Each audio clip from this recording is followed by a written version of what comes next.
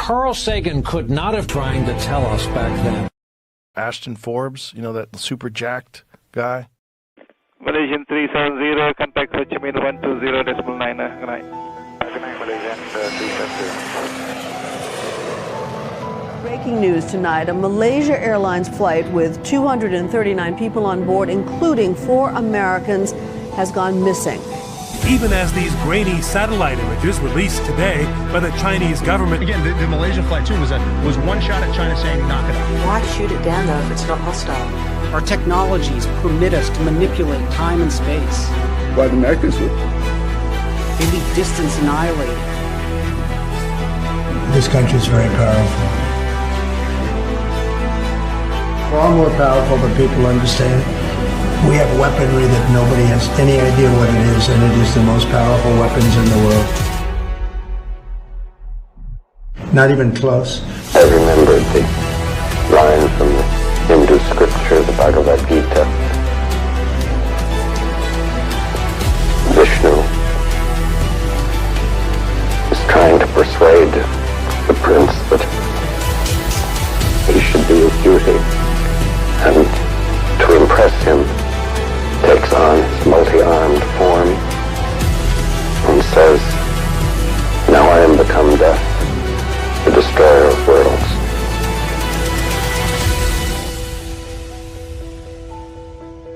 I suppose we all thought that. Ooh, One way or another. Chat, we are back, chat. We are back. OMG, welcome back to the party, guys. I have a lot to talk about. I think we just need to get right to it. First of all, Y-Files beef, chat. We got new beef. We got new beef on the horizon. AJ the Y-Files stepping up into the ring, and I felt it coming. Yesterday, I saw a post about we could end all the wars. The secret government could end all the wars right now if they wanted to.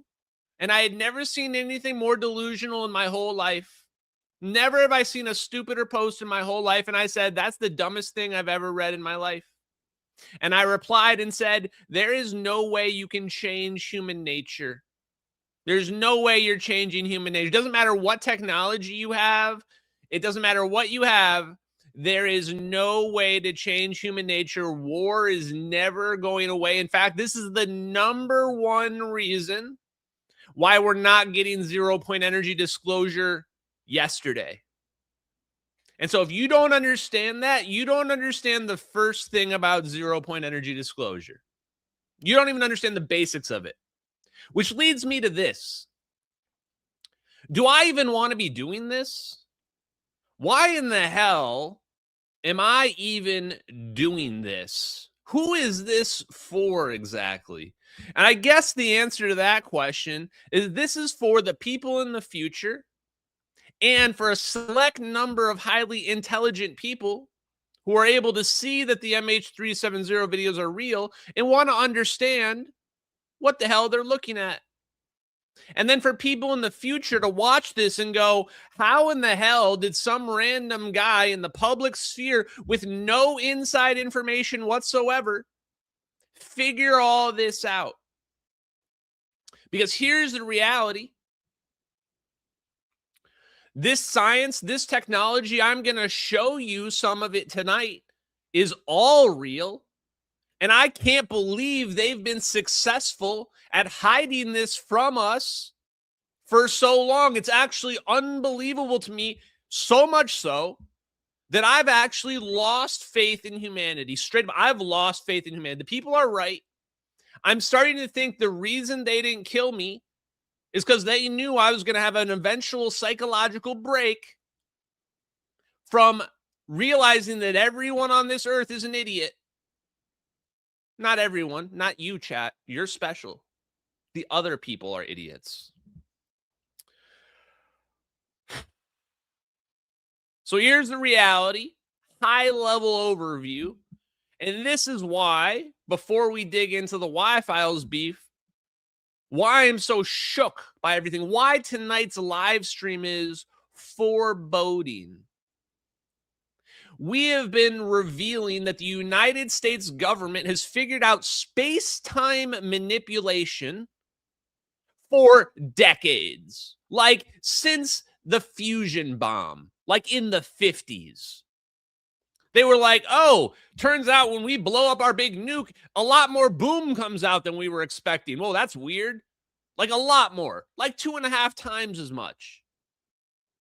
And they were like, oh, they realized they messed physics up. But did they tell any of us? No, they didn't. They kept it classified in the black world. Some papers were allowed to be published, but since they didn't have any backing, since they didn't have any experimental concepts to go with them, they were just ignored, thrown out. And it reached a point where some guy named Ken Shoulders experimentally proved that electrons at the atomic scale are just straight up breaking the laws of physics. They're clustering together when things that repel should not be able to cluster together. And guess what?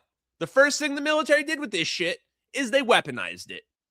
They were like, oh, your EVOs, we can turn this into a fusion reactor that flies around in the sky.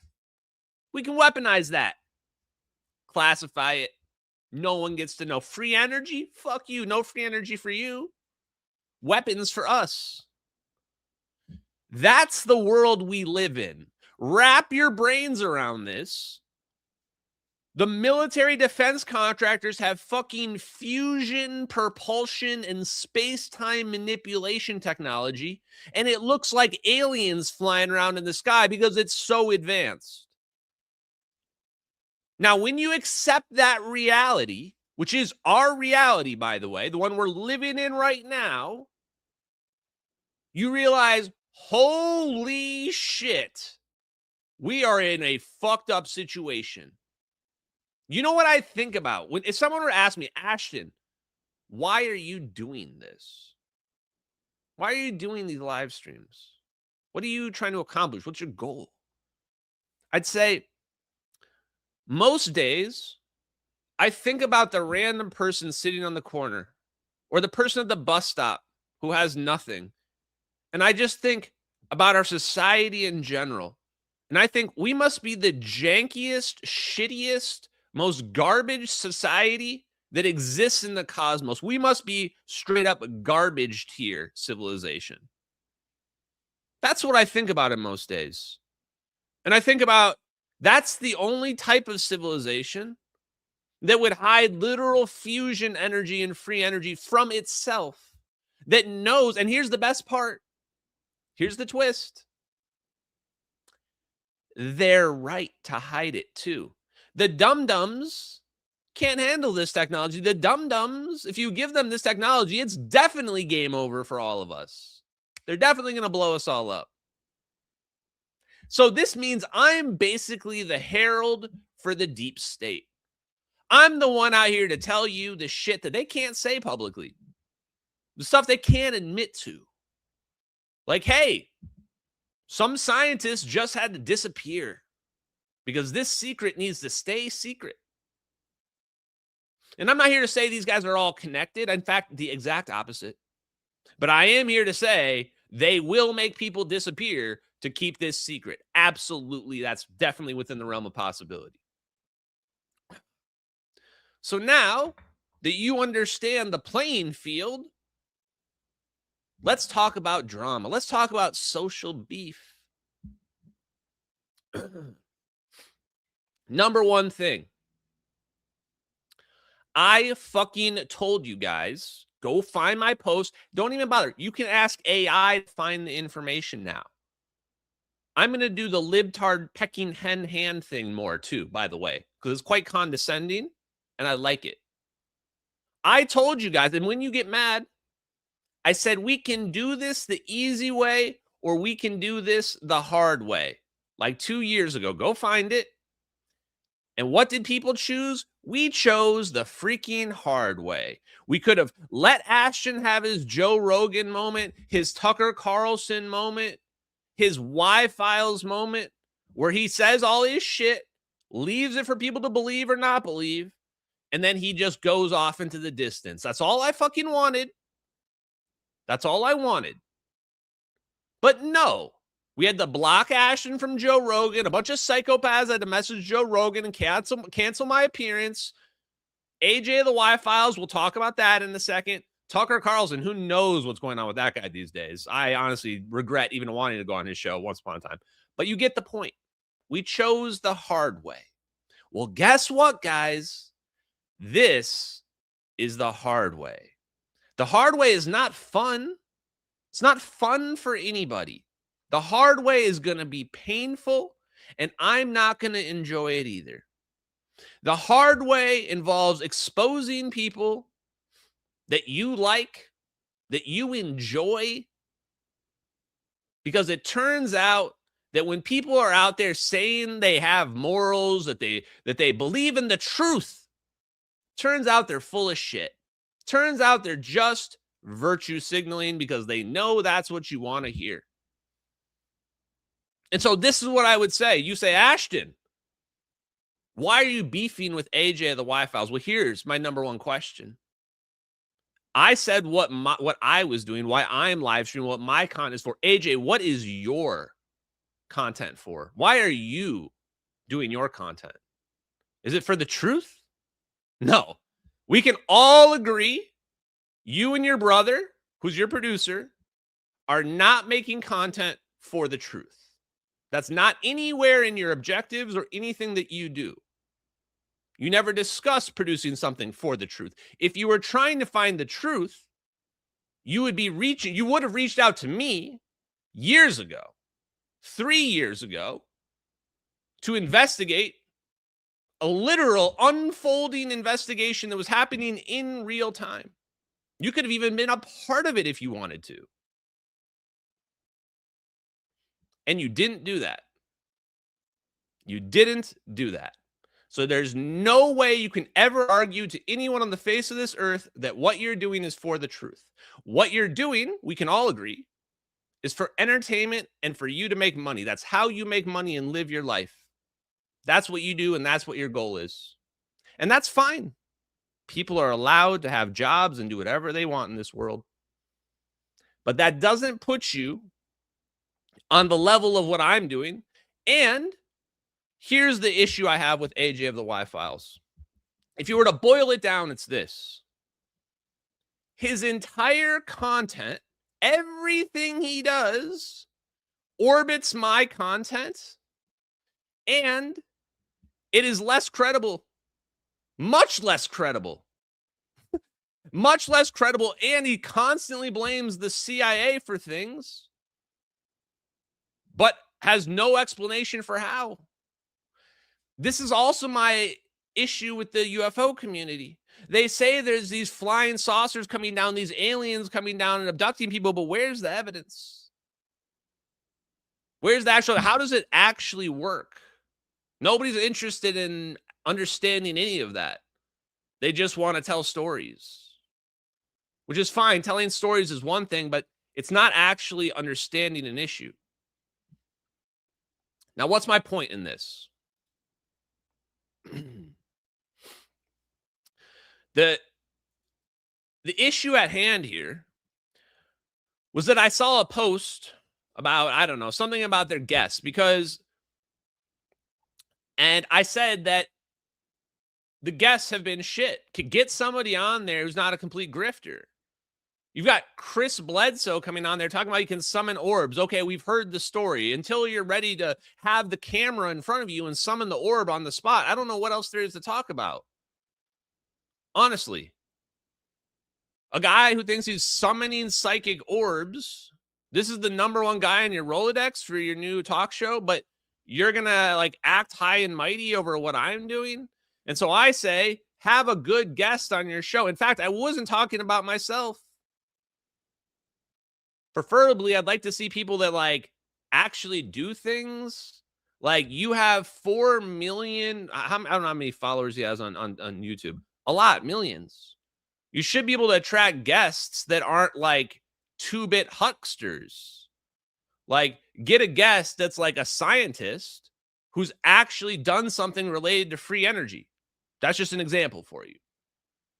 Instead, we have people like some guy, I think he's a guy from I literally don't even know who he is. Never heard of him before.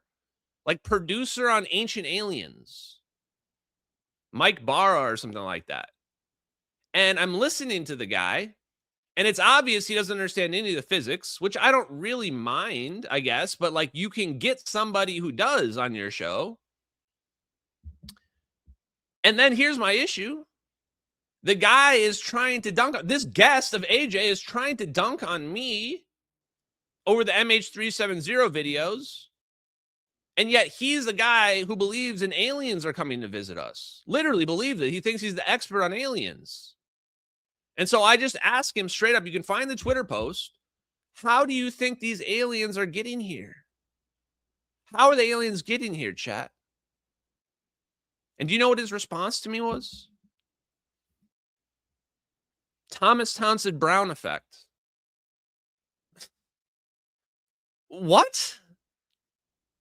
So your expert guest that you're bringing on your show thinks that what I'm saying is silly, but when I ask him how he thinks the aliens are getting here, his answer is T.T. Brown. What does that mean exactly? Electrostatics? Because guess what? Tonight's show, all about electrostatics and literally all about how they turned electrostatics into plasma balls. It's actually so insane that, you know, there's this theory out there that people say that like stupid people that are 30 IQ points below other people can't understand people that are 30 IQ points above them. Like I'm actually starting to wonder if we're in that situation where our IQ is just too far ahead of these people and they can't even understand our logical thought process. Because I'm literally saying not only are UFOs using the T.T. Brown effect, it's way more complicated than that. That's like saying that surfers use water to propel themselves. Like, yeah, technically a surfer uses water, but it's a little more complicated than that. So here's the reality. We have our crash out. AJ blocks me. I'm not taking anything back. I stand by everything I said.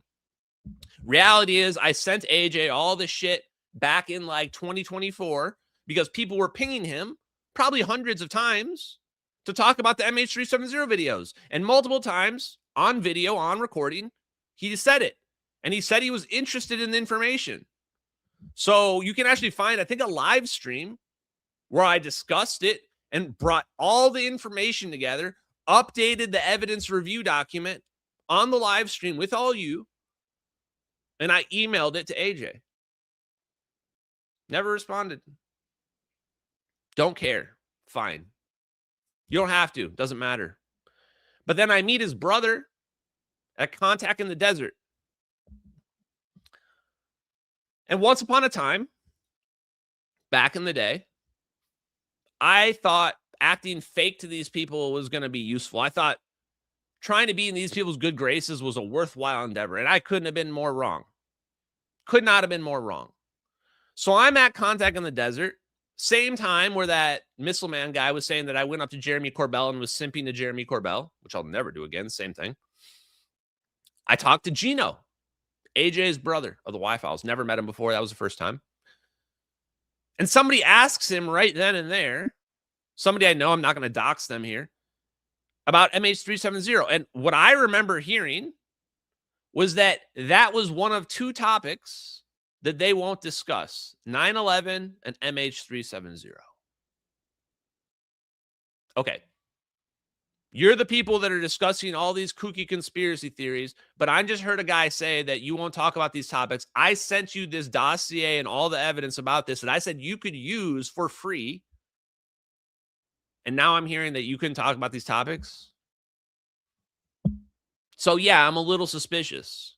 And then I've got AJ's brother, Gino, same guy, beefing with me just a few weeks ago, claiming that I need to be nicer to them if I want to get on their show. What? I've never asked anybody to go on there. I didn't even know they were doing a new show. Backstory is they ran out of content for the videos they were doing, and they stopped doing them. And so now they've flipped to doing podcasting because it's easier and there's more content there. And so now they're basically just going through the Rolodex of Contact in the Desert. There you go. Spoiler alert. That's the answer to what they're doing. So Gino's brother, one thing I do remember, how weird he was being, was that he was asking me which conferences I'm going to. Like, these people think that I'm some kind of grifter like them. Like, that they do these shows and they know the guests they're talking to are full of shit. In fact, I've gone on many shows where I know the person doesn't believe me, but they still go along with it anyway.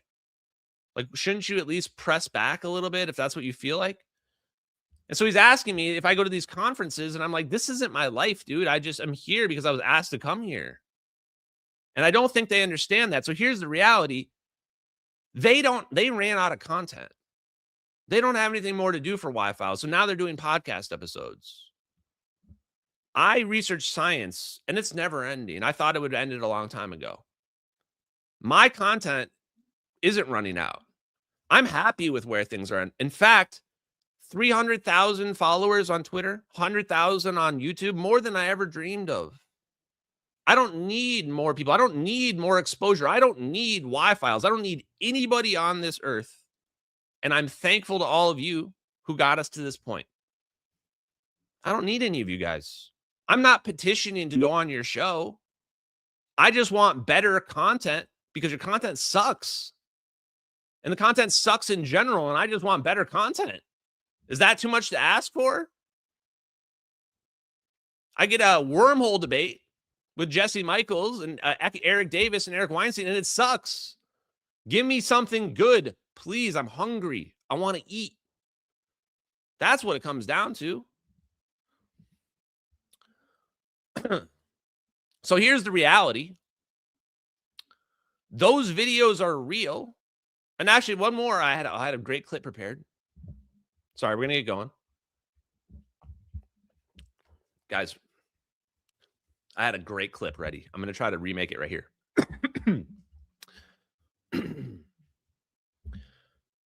Do you know when I needed you? I needed you when I had 1,000 followers. I needed you when I had 10,000 followers. Hell, I still needed you when I had 100,000 followers. Now, I have almost 500,000 followers. I don't need you anymore to push my message. I don't need you to push 0-point energy disclosure. Now I'm the tip of the spear. MH370X, we are the ones producing the content that you are now following our footsteps. We're the ones teaching you about fusion propulsion. We're the ones teaching you about the missing scientists months before you start talking about them. So don't get it twisted. We don't need you. You need us. And you want to know what, guys? It's going to get worse from here.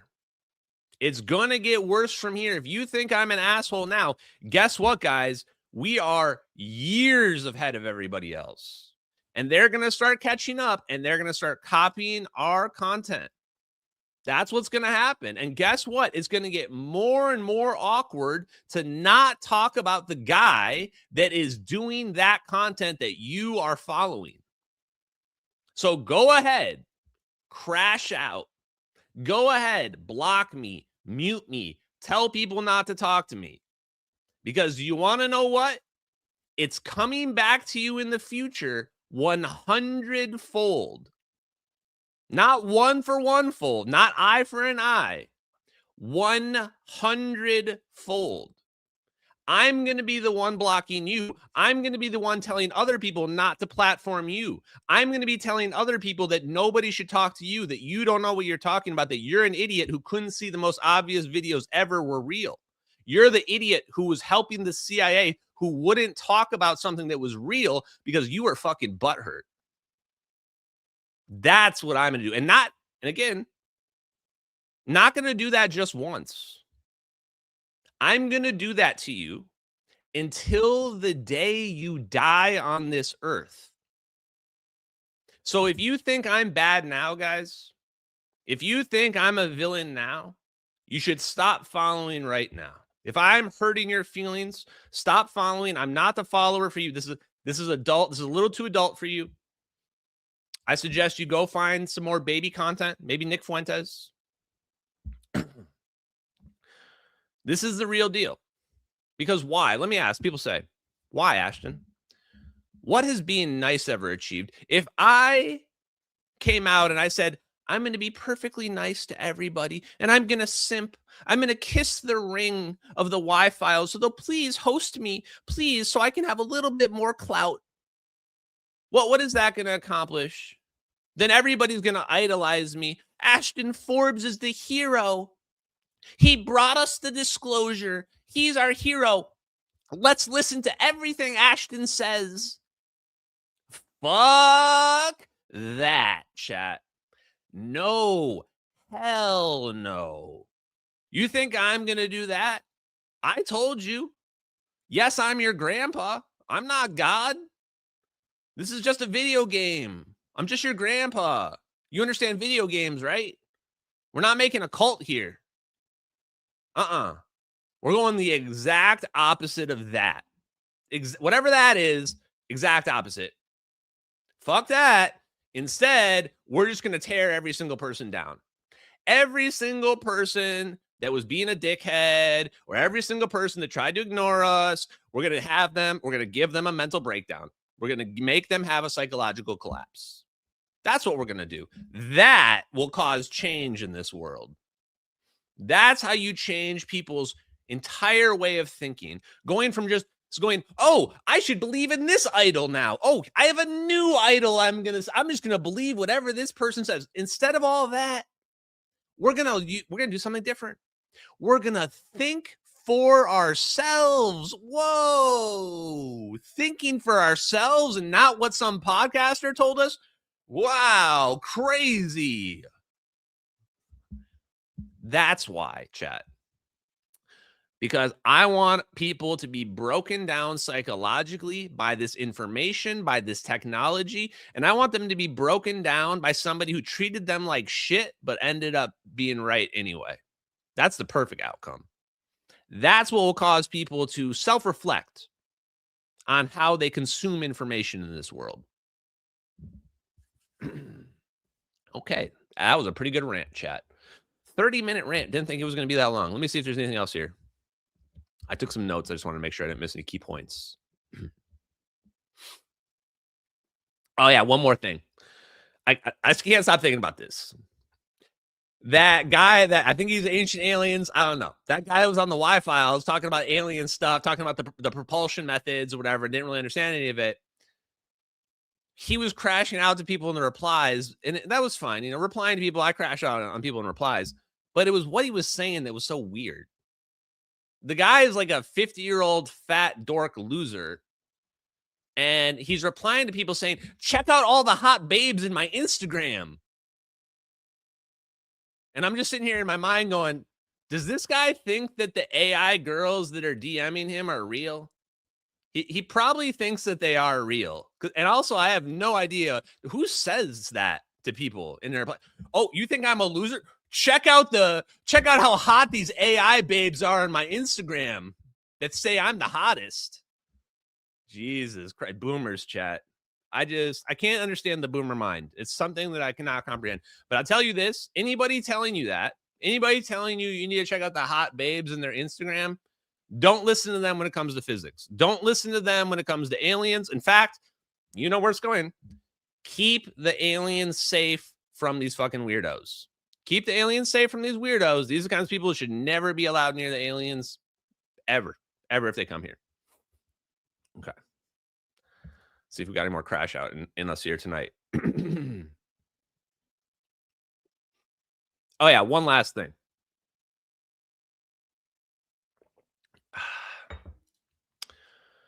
You know why I can be a dickhead? Why I'm allowed to be a dickhead? Number one, CIA will kill me whenever they want anyway. Number one. Number two, because we're right. Because we're right and we're going to be right. And every road leads back to us. That's number two. But number three reason is because there is absolutely no one on this earth who's brave enough to step in the ring. No one with any kind of modicum of a platform that's brave enough to step in the ring with me and debate me on any of these topics. Conspiracy, physics, any of the stuff that we cover. No one is. Simple as that. So I can basically just talk shit to whoever the hell I want, whenever I want, because there's no way they're ever going to challenge me, and there's no way they'll ever accept me if I even debate that, if I challenge them in a debate either. That's the greatest part. If somebody called me out, called me a fraud, first thing I'm doing, challenging them to a debate. First thing I did with Dave Farina, said that, challenge him to a debate. And it must be exhausting. It must be exhausting to constantly not talk about someone. Like, we have stacked the evidence so high on 0-point energy, fusion, aneutronic fusion, field reverse configuration, that bringing those topics up and not discussing me in this community is awkward. It actually, you have to mentally try to not do it, which I never do. I can't imagine living with that burden. Even for Dave Farina, who's just a total retard, as we all know, it's not like I'm not going to say his name. I don't do petty stuff like that. I just say what I think. I don't censor myself. These people, they censor themselves all the time. Their whole world is a propaganda marketing scheme, basically like the show The Boys, where it's all just fake. It's all just a facade on the front. So I could literally just be like, you guys have seen me drinking martinis. I could be drunk and have injected like 5 marijuanas. Happy 420 day, by the way. Happy 420 day.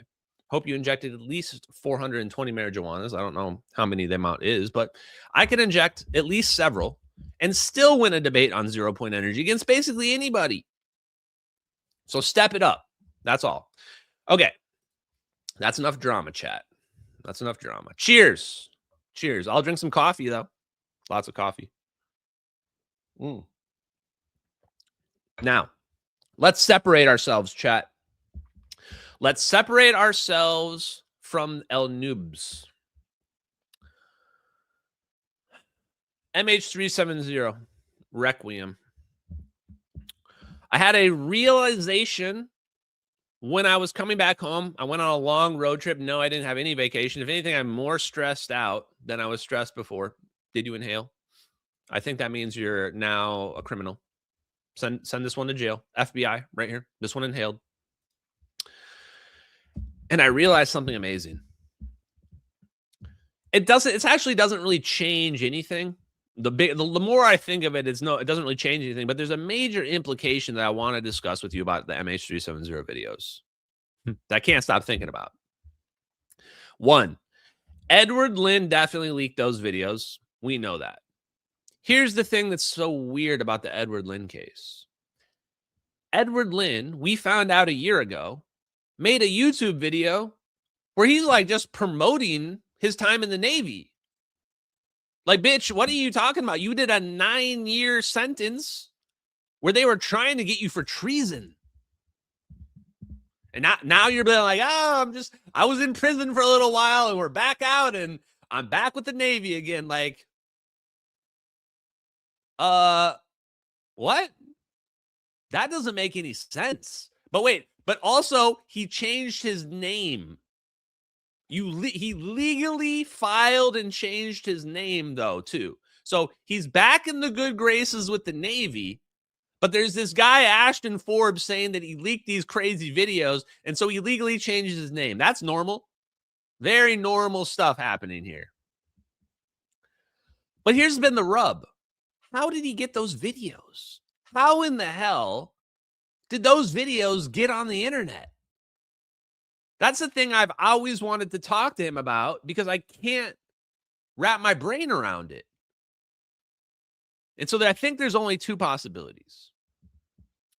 But in either scenario, he had to have had access to the Gorgon Stare footage.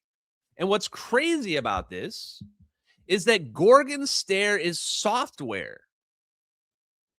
Gorgon Stare is software that you log into and you can do a playback. And in fact, when we look at the Gorgon Stare video, which I'll pull up right now, You can clearly see there's a human being interacting with it, and it seems to be the leaker of the videos because, like, it's centered on the plane. The drone is, like, right up here, cropped out. And, like, what they're doing here seems to indicate they want to show us. Now, you could argue that the CIA also wanted to see this exact frame. But the end part where they close the window and they leave it recording, this seems like someone logged into the system and recorded all this. So somehow, Edward Lin had access to this this might be a CIA version of Gorgon Stare, by the way. Like, they may have had the Gorgon Stare capability, and they may have just, like, literally converted it to some CIA psycho shit like this. Somehow we had access to it. But here's the other rub. So it's possible, number one, well, I'll show you the mouse cursor. So the screen, this part right here is the part where I'm convinced this wasn't the CIA, that someone intercepted this, that they actually logged into the system, because they move the screen over and then they go and they click the window. And now this is still recording. You're like, wait, what? So someone did that intentionally. But here's the other side of it. And by the way, I spoke to somebody in the VPU2 that crossed over the same time he worked there, and they said he would have had access. They couldn't say, like, anything more. And they had to speak very vaguely. But that's the gist of it, that he would have had access. But here's the other part. The VPU2 is based in the Indian Ocean, Pacific Ocean. So it's possible, I guess, that Edward Lin could have been the operator. Could have been one of the drone operators flying the drone around. We don't know who. Generally, the CIA takes former military people to be drone operators, but I don't know how that works. And I'm guessing it's very secret. So that's one possibility. He was the literal drone operator. One possibility. Number two possibility, and this is the new one. They intercepted the communication. They were in the Indian Ocean. There was an AWAC, one of those spy planes. Remember, Florence Chang, he said there was 2 AWACs in the area. What if one of those spy planes wasn't a drone, but it was a spy plane, and those planes, what are those VPU wizards doing? What is signals intelligence? I found out this was the breaking point. Signals intelligence is sucking up data all over around them. So what happened? The AWAC was flying around, and it was within range of the operation. And the AWAC accidentally sucked up the operational video. And now, suddenly, Edward Lin, he could have been on the plane. He could have been in a ground station somewhere. Hell, he might have been able to be sitting on his couch on his laptop. Suddenly, Edward Lin is watching a black operation that he has no idea is supposed to happen. In fact, nobody knows. In fact, no one knows. This is the rub. So think about this. No matter what here. So Edward Lin leaks them. Either let's say they accidentally pulled the footage from their signals intelligence, or he was the operator and he had access to it. He gets it. He gives it to somebody. He gives it to Justin. What was the guy's name? Justin Cao. He gives it to his friend, Justin Cao, Taiwanese contact. Justin Cao puts it on the internet, or Justin Cao gives it to Regicide Anon. Who cares? Whatever. Rest of the story, you've heard about it. But here's the kicker, chat. Here's the kicker. Get ready. How do we know that China or Russia even know about the videos? Think about it. This was a leak. This was an internal leak. This was the VPU2 of the Navy that accidentally sucked up a CIA operation that nobody knew about.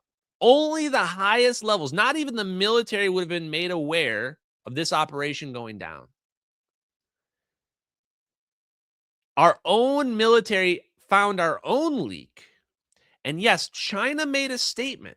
You're right. But all China did was they released some fuzzy satellite videos where you can't tell what's going on. They're super out of focus, super blurry, and from super far away. So all China knows is that plane disappeared. As for all they know, we annihilated it. For all they know, that plane got hit by a missile and maybe we just cloaked it. Maybe we did some magic trick. They have no clue from their satellite footage what happened. How convinced are we that any of their intelligence communities actually found the videos on the internet and actually put 2 and 2 together and realized that was MH370?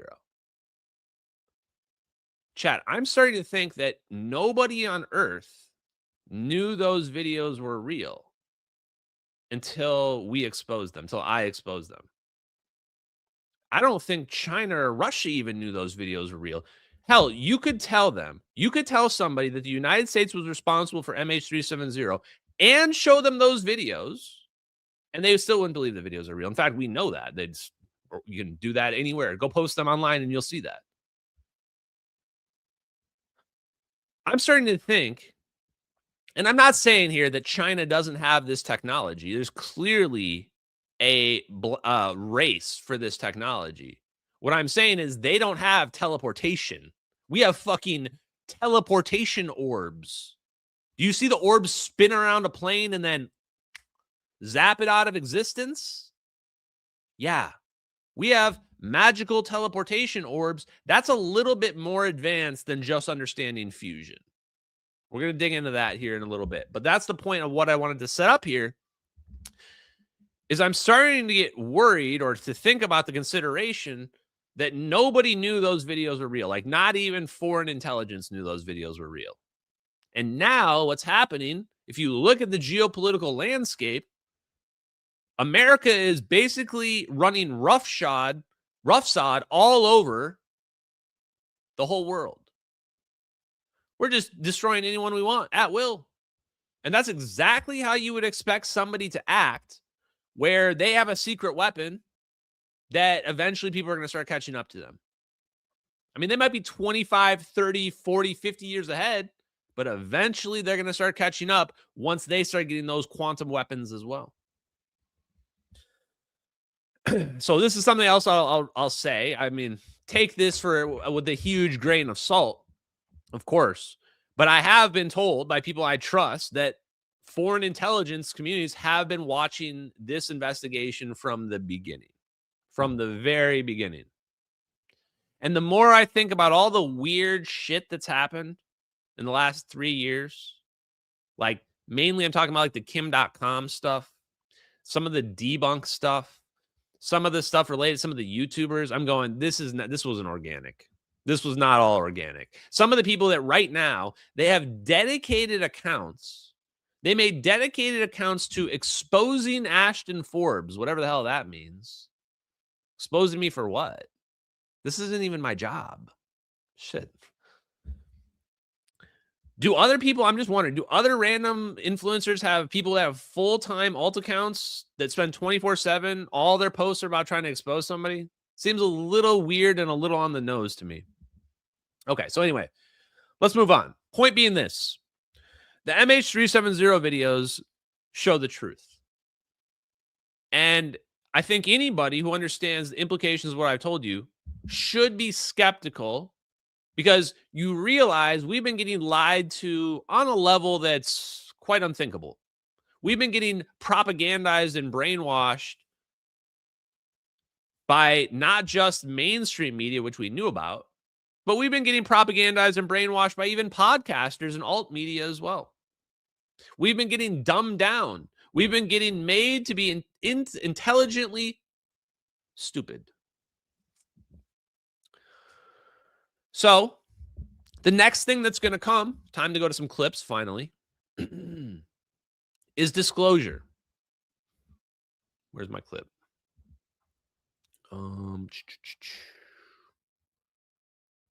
So while I'm looking for the clip here,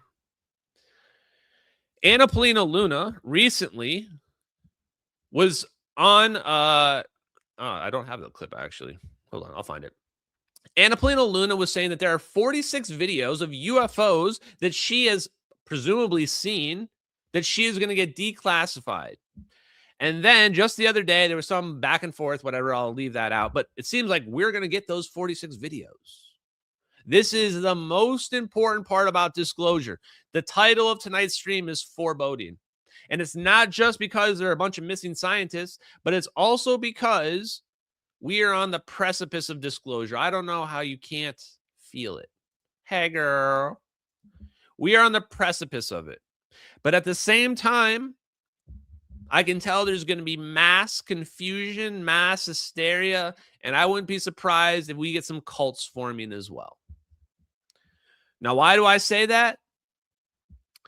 I say that because people are stupid. People are stupid, and we've got people talking about you need to read the book of Enoch for what's going to come. We're talking about we got interdimensional demons coming for you. Like this is like a horror movie that they're going to be psychically attacking you from behind. And you know what? Even if any of this is real, even if all of that is real, we should probably still just chill out.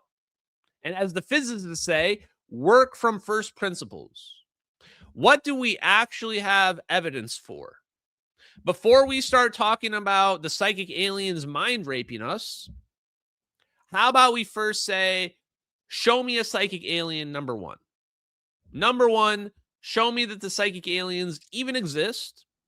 And then we can start speculating on who or who is not being mind raped. That would be great. Number two, we have been explaining exactly how plasma fusion propulsion works. And the reason for that is exactly this scenario. People out there are saying that these orbs are aliens, or that the aliens made them, or whatever the hell they're saying. But the reality is we have figured it out. Humans have figured out this technology. Just because you see a plasma orb flying around in the sky does not mean that it's necessarily going to be aliens. So let me see if I can find this. Luna. It was 46 videos, right? I think so. Okay, here we go. Okay.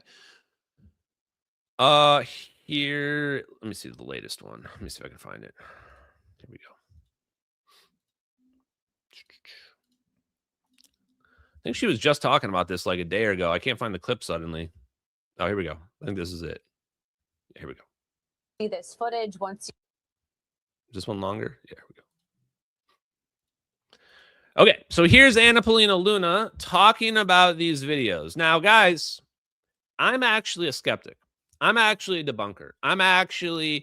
If you come to me and you're looking for hope and disclosure, you came to the wrong spot. Personal experiences, throw them out. I'm not saying personal experiences aren't great. I love ghost hunters, chat. I love ghost hunters. But when it comes to science, we don't base science on personal experiences. It's just not how it works. So I'm a skeptic, but we're about to see some crazy ass shit. What Anapolina Luna is saying here is absolutely true. How do we know that? Because we watched an airplane get teleported out of the sky. So we know what they have is literally mind-blowing, literally unbelievable when you see it. So we're definitely going to see plasma orbs flying around in triangle formations and things like that. And we're going to be able to explain it. We're going to be able to explain it using physics and scientific papers. Here we go. UFOs, but someone who's seen this footage told the New York Post, you're going to see some weird bleeping bleep. What do you think we're going to see? Well, look, in the last hearing that we had with my task force that's been set up to investigate this stuff, we released some footage of one of these things deflecting a Hellfire missile. No one could explain what that was. And so we're not in the business of telling the American people what to believe. But I think once you see this footage, once you realize that the phenomena is real, I think that the fact that the president is pushing for transparency is something that most people in the United States are very curious about. Just goes to show the differences between this administration and every single one previously. And so I'm very happy. We had actually requested 46 documents specifically that the Department of War seemed to have lost our paperwork on. And then we did reach back out to them. Secretary Hegseth, of course, have been great on this issue. And now with that announcement, we're getting those documents. So I couldn't be happier. Yeah, paying dividends. Congresswoman, I mean, I'm not a believer in UFOs, but first thing that was interesting about that was that the news anchor said, I'm not a believer in UFOs, right? Like there's this mind block that people have. Well, first of all, start becoming a believer in UFOs, but UFOs doesn't have to mean aliens. In fact, I'm going to present the case. How about right now? For why what they're hiding has nothing to do with aliens whatsoever. As in, no alien involvement, no reverse engineering, nothing. And it starts with general relativity. It starts with realizing that time, the speed of light, is the same in all reference frames. Which actually makes no sense, because what it means is that I can actually start to see physical reality change if I start moving, accelerating away from some other person. So general relativity is step one. General relativity is actually broken as hell. And when did we realize general relativity was broken? We probably realized it a long time ago. But the main papers were 1994, Miguel Alcubierre. Miguel Alcubierre took general relativity, took it to its extreme and said, wait, can we make a warp drive? Yes, we can. Yes, we can, Barack Obama. Nikola Tesla. Nikola Tesla told us energy, frequency, and vibration. Let's fast forward. Kaluza Klein, 1926. Kaluza Klein told us that there is a fifth dimension. And the fifth dimension can unify electromagnetism and gravity. Correct. Let's move forward. Let's take these concepts. Tesla, Einstein, general relativity, energy, frequency, and vibration. Let's apply them to reality, to quantum mechanics. And let's do that in something called Project Rainbow. You probably know it as the Philadelphia experiment, 1943. Made a cruiser disappear. So if we need mythology, if we need lore, we have it. 1943, right before, 2 years before we dropped the atomic bomb on Japan, we supposedly teleported a battle cruiser, a ship. So we have the lore. Now let's fast forward. UFOs start appearing after we drop the bomb. After 1945, suddenly UFOs start to become a thing. So we figure out atomic physics. We figure out the atom bomb. And now UFOs start appearing around. Weird. Okay. Interesting. So now we can say there's a direct connection between nukes, somehow atomic physics, and UFOs. And I'm here to say it's fusion. Fusion propulsion is the connection. So we figure out Teller-Ulam. Teller-Ulam device is a thermonuclear weapon. It's a fusion bomb. An H bomb triggered by an A bomb on the outside. We optimize it. We maximize the explosion using geometry, the polyhedral configuration. Perfect geometry. Shape your waves perfectly to hit the point that you want to compress your target. We optimize it in 1952. We do Castle Bravo. Castle Bravo. The yield was meant to be 6 megaton yield. What did we get? 15. 15 megatons. 2.5 times what we expected. That was the moment. That was the moment it became undeniable. We were missing something in the physics. Where is all that extra energy coming from? There's no way you can be off by that much. You can't be off by 2. That's like, hey, I'm going to set off a firecracker. Whoops, boom, I blew up the whole house accidentally. Whoops. The answer wasn't just lithium-7, though lithium-7 certainly played a role.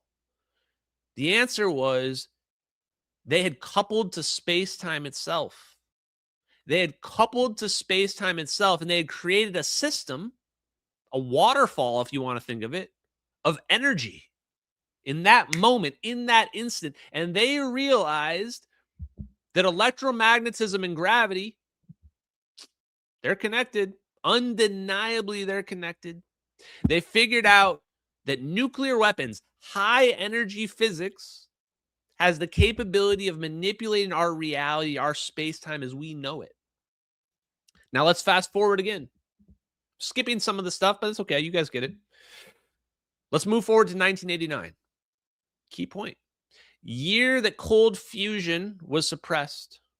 Cold fusion uses the principles of Nikola Tesla, energy, frequency, and vibration, and electromagnetism, putting a pulsed current through metal that's soaked with water, and fusion would happen.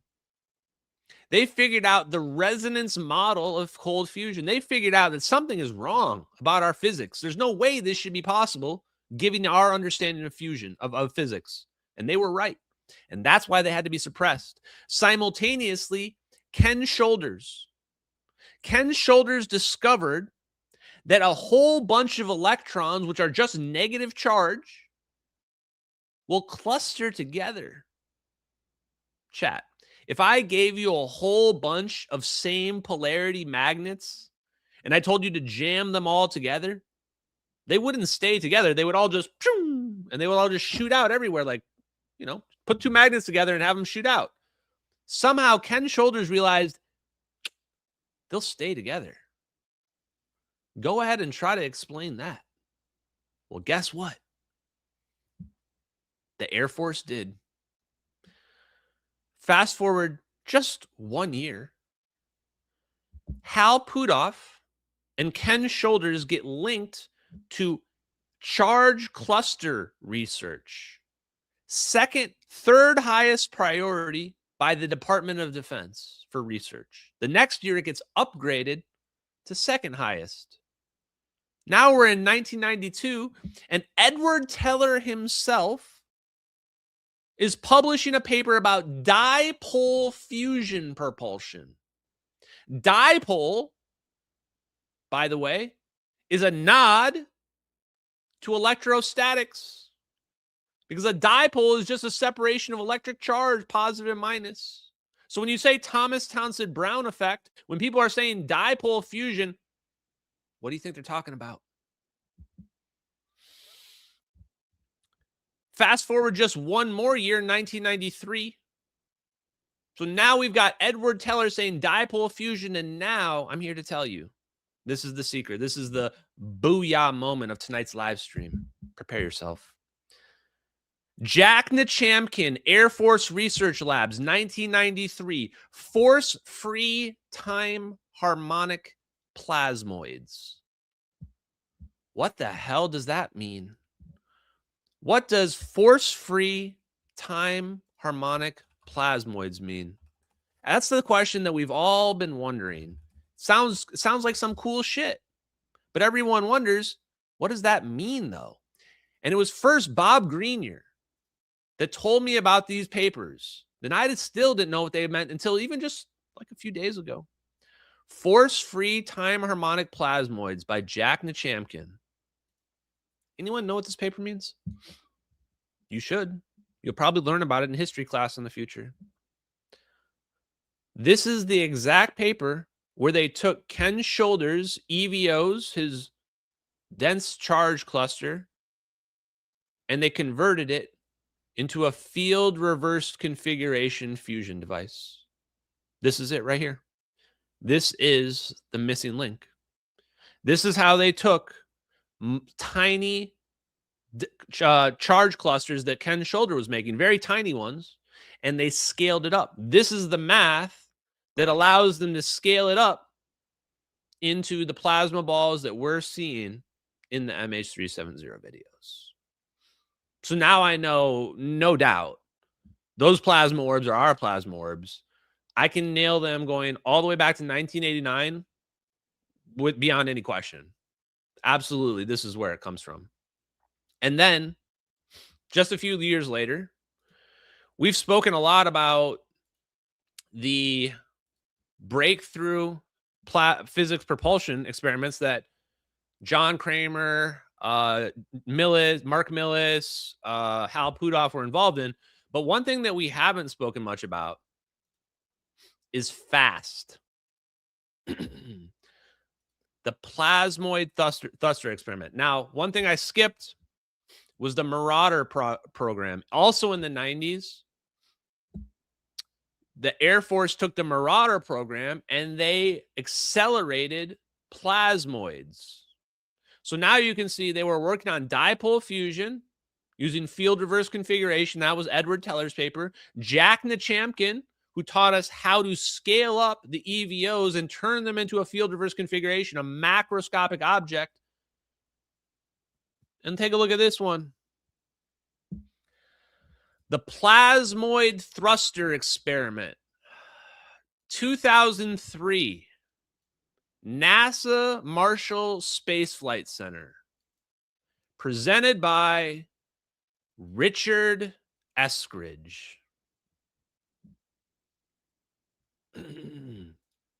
Wait for it.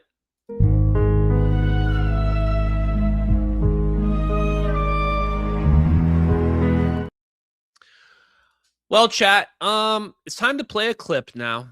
Now it's time to play a clip. These are Ashton's old clips, and you know they're Ashton's old clips because Ashton, do I not have that one? Ashton had some janky ass old clips. Let's go with this one. Oh.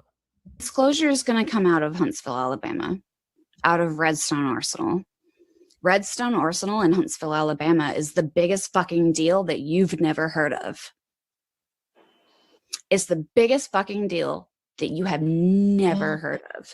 And so we need a documentary to drop at the same time that establishes the credibility. Because the fact is that we have deep and wide, extensive credibility that no one knows about because you're not supposed to know about it because it's in Alabama, it's obscure. You're not supposed to know about it. That's the point. That's the point. That wasn't the clip I wanted, but whatever. In a later part in that clip, she also says that she was told her father had figured out unification and that there's like 5 other people that had figured out physics unification as well, and it had been suppressed every time. Now, rest in peace, Amy. And she has been making the rounds right now because all these scientists have been missing and people are now going back, and she passed away in 2022, and they're saying, oh, this is also suspicious. She was saying she was going to publish papers about anti-gravity. So all of a sudden now we're connecting her to this. And generally, so the story is that she took her own life with her own handgun. That's what her father was telling people that were telling me, that I never really dug too much into. And part of the reason why I have been not digging much into the Amy situation, even though I have other people telling me that she was taken out by defense contractors. But something bugged me. I saw a post out there, this post specifically, and that was Amy right there. Regardless if she was drunk, if she was high or whatever, she's saying that Huntsville, Alabama is where disclosure is going to come from. The secret shit is happening in Huntsville, Alabama. Well, where exactly is NASA Marshall Space Flight Center, chat? NASA Marshall Space Flight Center is in Redstone Arsenal, Huntsville, Alabama. The exact document that I just showed you about plasmoid fusion propulsion from 2003 by Amy Eskridge's father. Have I done the liberal henpeck thing enough for you? Is it condescending? Space Juice USA, Huntsville, Alabama. Let that shit sink in. Because now I want to show you this. How did they say that Amy died again? She shot herself with her own gun. Is that what they're saying? Interesting. Here's a text message from Amy Eskridge. I'm just going to read this verbatim. Don't censor me, YouTube. Not my fault. Same a-holes, bad. Bob had it right. McCandlish, Mark McCandlish's fatal mistake was thinking that if he did not tell anyone, he was not telling anyone that he was under threat. Bob, presumably Bob Lazar, is alive because he told everyone. And then she says, I did not kill myself. I did not shoot myself in my head with my own firearm. Let me repeat this, Amy's words. I did not shoot myself in my head with my own firearm. How did she kill herself again? Oh, they're saying that she shot herself with her own firearm in her head. That's how she died, supposedly. So look, man, I'm really not trying to be a conspiracy theorist here. But if someone has a text message that says, I didn't kill myself in the way that they're saying they killed themselves, it's at least worth an investigation, right? I mean, it's hard to be like people are being a conspiracy theorist when like she's literally in text messages saying she would never hurt herself, and then she didn't hurt herself in the specific way in which they're saying that she hurt herself. So let me finish it. Let me finish reading it. Like, even all the way back to the pain rays that we had both experienced for a while. OMG, not a foreign nation state. Now, here's the reality. I don't really believe that Amy was being hit by directed energy weapons. I think it's possible, but I think it's easier for people to also imagine that it's possible. But even if you're being hit by directed energy weapons, you're not going to shoot yourself. That's not like, oh, well, she thought she was hit by a directed energy weapon, so it makes total sense that she's just going to go out and, you know, do the deed. Doesn't make any sense. So, long story short, let's go back to this other thing. Not done with this. I'm going to share my other screen. Window share chat. When Ashton does the window share, you know something's about to go down. You know you're about to get a little surprise. Oh, this is the same thing, right? Fast thruster experiment. Plasmoid thruster experiment. This right here, the one we're looking at right here, is the evolution of the original fast FRC field reverse configuration plasmoid thruster experiment. Do you want to see the original? Turns out we can't find the original. I literally had AI search the whole internet for any version, downloaded version of the 2001 FRC experiment, and they can't find it. It doesn't seem to exist. If you can find it, please get it, because I want to see it. Because I was just literally looking for something to put on my Twitter posts so I could post this. The fast FRC is in field reverse configuration acceleration space thruster experiment, February 2001. What does this say? Richard Eskridge. Richard Eskridge, Amy's dad. And who else do we have on this? Wait a minute. Who is this? John Slow? John Slow.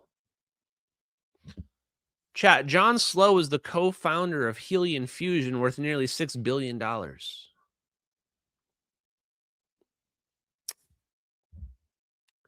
Chat, I'm just going to say it again.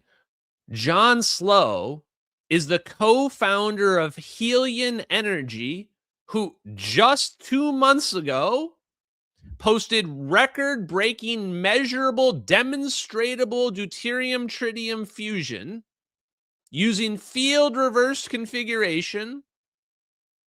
He's the co-founder, worth $6 billion.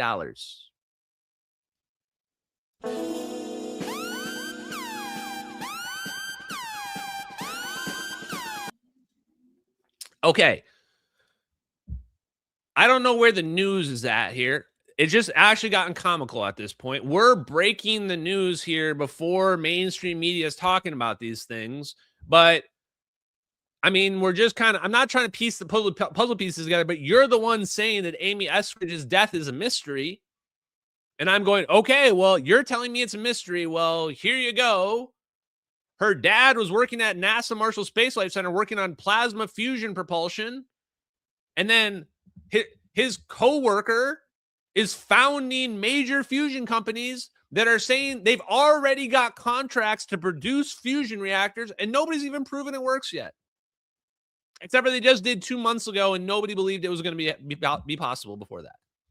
So if they had secret fusion technology, this is exactly how we expect it would be playing out. Like literally play by play, we're seeing it play out. We're watching it with our eyes.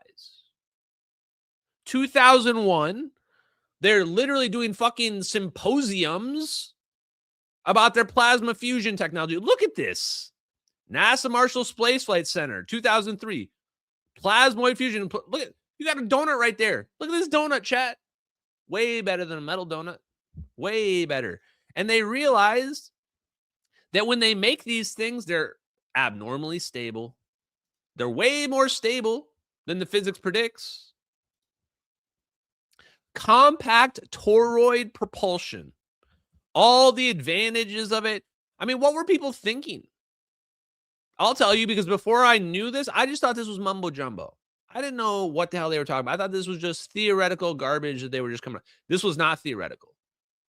These people figured it out. This is literally, they were experimenting with this. They figured out how it works, and then it just disappeared. The Marauder program, where they were accelerating these toroids, basically experimenting with this, went black. Just like all the good ideas do. In fact, I do have an Amy clip for this. Rest in peace, Amy. But this is a good one. Because how do they do this? Wait, which is the one? I think it's this one. Wait. This one? Of disclosure, I like the library thing. Sorry, it must be this other one. Wait, what? You know what they do with their smartest people? Yeah, this one. Cancel, cancel, cancel. Dopamine block, dopamine block, dopamine block. They get the ideas from you. They get the design. They get the prototype that works the first time you turn it on. And then they cancel it and they take it a level deeper. Because the fact is, it's a waste of your time. If you're a problem solver, if you solve impossible problems, it's a waste of your time to optimize a problem you've already solved for application. So what they do, you solve the impossible problem, and then they cancel it in the white world. They move it a level deeper. A level deeper, they optimize it for the secret application, and they give you a new problem. And then they cancel it. And then they give you a new problem, and then they cancel it. And a new problem, and they cancel it. And they psychologically abuse you into seeking the dopamine of the satisfaction of reward. And they use you as an idea factory. That's what they do to their smartest people. Because if they reward you with success, you rest on your laurels. I'm so fucking smart, I never have to try again. Wow. That was exactly it. That's what they do. That's what they did with Lockheed Martin's compact fusion reactor. They canceled it. It was successful, and they canceled it. It's what they did with the plasma toroid accelerator. It was successful. They canceled it. They sucked it down into the black world. It's the same thing they did with Salvatore Pais. Salvatore Pais told us straight up on my podcast that Hal Puthoff, Jay Stratton, the crew, they came in and they canceled him experimenting on his high energy electromagnetic field generator, which was going to prove all this stuff is real. And they knew it was going to work. And that's why they canceled it. They know it's going to work the first time, and they cancel it. And so people say, like someone says in the chat, they say, it just didn't work. How dumb are you? How dumb do you think our best scientists are? You think our best scientists are working on stuff that has no chance of working? You think they're all just bumbling idiots out there? That we live in the world of idiocracy and nobody's able to do anything? You think they're just spending these billions of dollars on all this research and it doesn't actually produce anything? Is that how it works where you do a job? It's not where it works where I do a job. If you don't get shit done where I do a job, you lose your job. So it's not because it didn't work. It's because it did work. Look how detailed these documents are anyway about this. I mean, it's really specific. You actually have to be pretty technical to even understand what this means. So you can easily see how you can present this to different venues, different people. And most people are going to have no idea what this is all about. Only people who understand the inside of it are going to understand the significance of what they're even looking at here. Okay. Now let's fast forward a little bit. Then we have Eric Davis come in. Ball lightning study for the Air Force Research Labs. Teleportation physics study for the Air Force Research Labs. So not only have they now figured out how to turn this negative charge cluster into a full-fledged plasma fusion reactor, but now they're looking at Eric Davis and they're going, yo, Eric, yo, EWD, my homie, what can you do with this? I got some plasma balls. What can you do with this? And, oh, the big brain on Eric Davis. The big brain on Eric Davis, he steps in and he says, oh, we can teleport stuff with that. He says, oh, if you take Hal Puthoff's polarizable vacuum model, we can take those negative charge orbs, those plasma orbs, and we can start manipulating space-time with it on a macro scale, manipulating space-time. The part I can't decide is if Eric Davis reverse engineered it for them or if Eric Davis figured it out and built it for them. But the guy's clearly a whistleblower, clearly has worked in the black programs directly, not just secondhand information. So Eric Davis knows for sure. And I want you to keep something in mind. All of these people that I'm saying no, none of them have ever reached out to me to talk about the MH370 videos, which you think they would be interested in doing, considering those videos prove them to be right in all of their theories. Prove Hal Puthoff to be right. They prove that Hal Puthoff should have won a Nobel Prize. We're going to talk about the Eric Davis interview that dropped yesterday or a couple days ago on Wednesday. But one of the things Eric Davis says in the interview, he says that Hal Puthoff was nominated for a Nobel Prize, I think in 1994. Hal Puthoff is proven correct with the MH370 videos, proven that he should win a Nobel Prize, and yet he's never reached out. And yet when I reached out to him, he acted like he had never heard of it before, which I knew was not true. This is how you exactly act. This is how you expect people to act when they're looking at real classified footage, real classified technical capabilities. They can't talk about it. They avoid it. Hell, Charles Chase built those orbs, chat. Charles Chase would have to do a lie detector test with his hand on the Bible and say he didn't build those orbs for me to even begin to think that he didn't build those orbs. He's basically the only man on the planet who I think has the technical knowledge, the managerial and leadership capabilities to lead a project to build those orbs. Literally the only man on the planet. I can't even think of anybody else. I'm sure they exist, but I don't know them. So, point being, Eric Davis figures out this plasma stuff, and they figure this stuff out. And what do they do with this science? They hand it off to the defense contractors. Why? Because the engineers that are figuring out Eric Davis, Hal Puthoff, these guys are working for the defense contractors. They themselves are working for the defense contractors. Do you get it? And so they're basically handing off the knowledge to themselves, and they're giving it to the defense contractors who are hiring them as consultants. That's how the defense contractors get the knowledge. That's why the knowledge isn't really held by the Air Force. Yes, they know about it. They did the papers, but then the papers, like the NASA research that we just looked at, this one right here, they do this research. Where does it go? It doesn't go anywhere, but it does. Because the same scientists that are working on this are the same scientists that are working for the defense contractors. The pool is very small. So that's how it gets to them. And then the defense contractors have this knowledge. They have the material science. They can build the stuff. They can build it. So then the CIA calls on them and says, hey, we know you can do this. We need a very special thing. So those orbs in those videos, the reason why you don't see them flying around everywhere, although we are, is because they built them ad hoc. They said, hey, go build me some orbs. And they're probably super expensive. They probably built those things really fast. That's custom. That's why we can't find a public project for those orbs, because those orbs aren't our public hypersonics.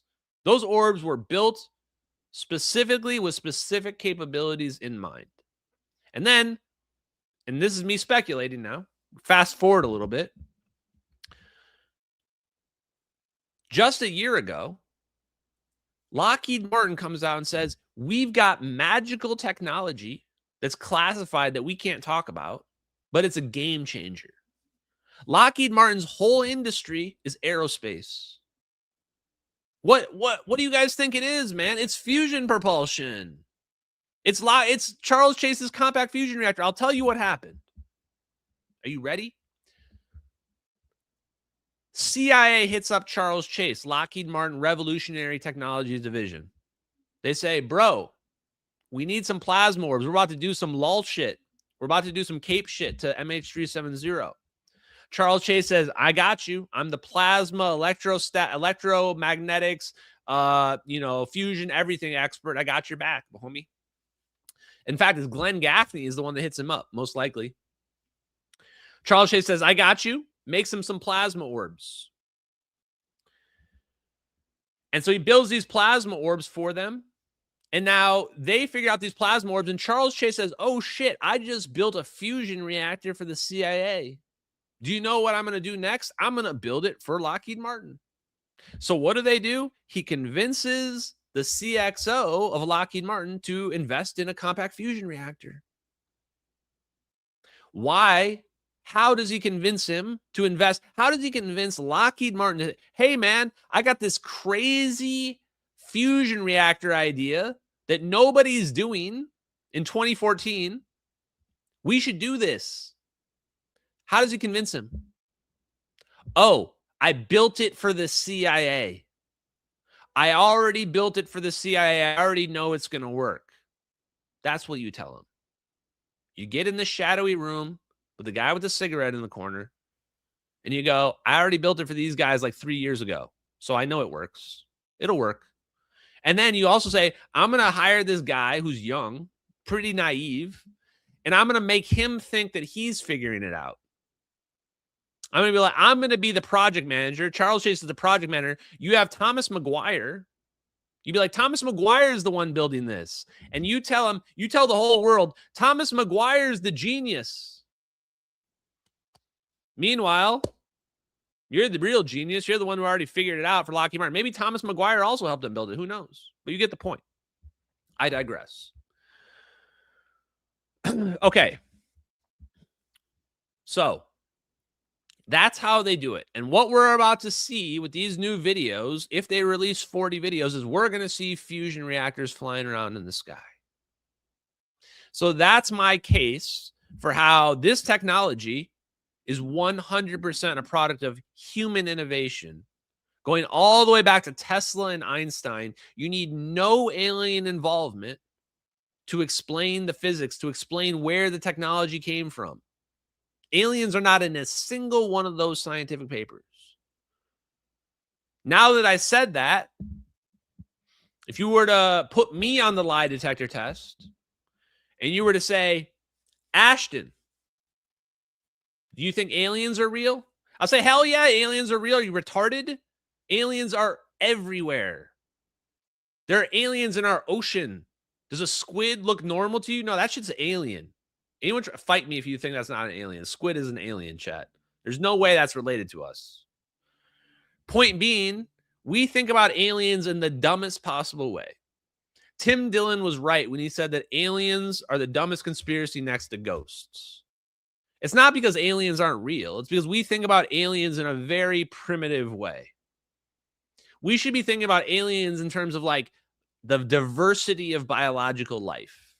The diversity of biological life is unimaginable. And what that means is that aliens are going to be everywhere.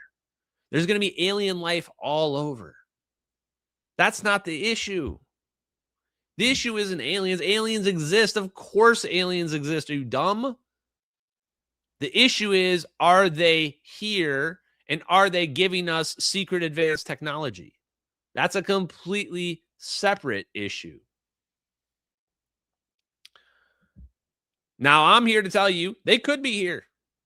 You could also take that same set of facts that I gave you, the same exact set of facts, and you could just throw in there and say, okay, but now Roswell, 1947 or whatever, some shit crashes, and now we have a physical craft. We don't have just theory, we have an actual craft. And then we see that, and all these guys are just reversing. All their science just comes directly from seeing that craft. You could present that argument too. You could also present the argument that it accelerates our advancement, that we get better and better and better and more advanced. So ultimately, end of the day, of course, aliens are real. But when we see stuff flying around, we should be a little bit smarter and not think of our primitive human ways. And just to give you a good example of this, if you had seen a UFO 50 years ago, you would think that there's a little alien being inside of that. But now, if you see a UFO in 2026, your first thought is that's a drone. There's nobody inside of that. That goes to show how different our thinking, our default thinking is from just the last 50 years. That's how much our technological understanding has increased. We've gone from a time of not understanding what a drone is to now realizing that drones are how everybody operates. So keep that in mind when you realize how far off we are in terms of our concept of all of this.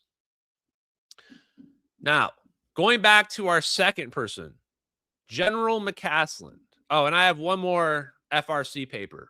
Didn't talk and share about enough papers today. One more.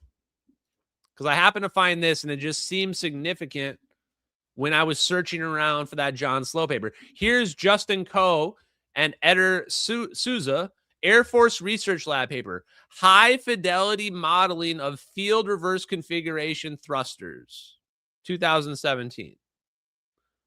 So Edwards Air Force Base. So do you really think that this is just science that they're doing to confuse our enemies? Or do you think that there might really be a connection here? Look, non-equilibrium mechanics is called out specifically here, which is exactly what I'm saying begins to enable these effects. So do you think this is all fake, or do you think that it's real and that this research is actually real as well? Now let's go to some clips. Like I said, no secret knowledge here. So there's only two more people I want to talk about. One is Nuno Loureiro. Why? Because after this guy gets killed in the most weirdest way I've ever seen, like, I'm just going to reiterate it. Supposedly the guy's 20-year-old high school classmate comes and tracks him down in the middle of Boston, finds him in his front door and shoots him dead in his front door, and then decides to take his own life before anyone can question him. And he happens to kill the leading MIT fusion researcher. I mean, I literally, this is you want to know the craziest connection to this?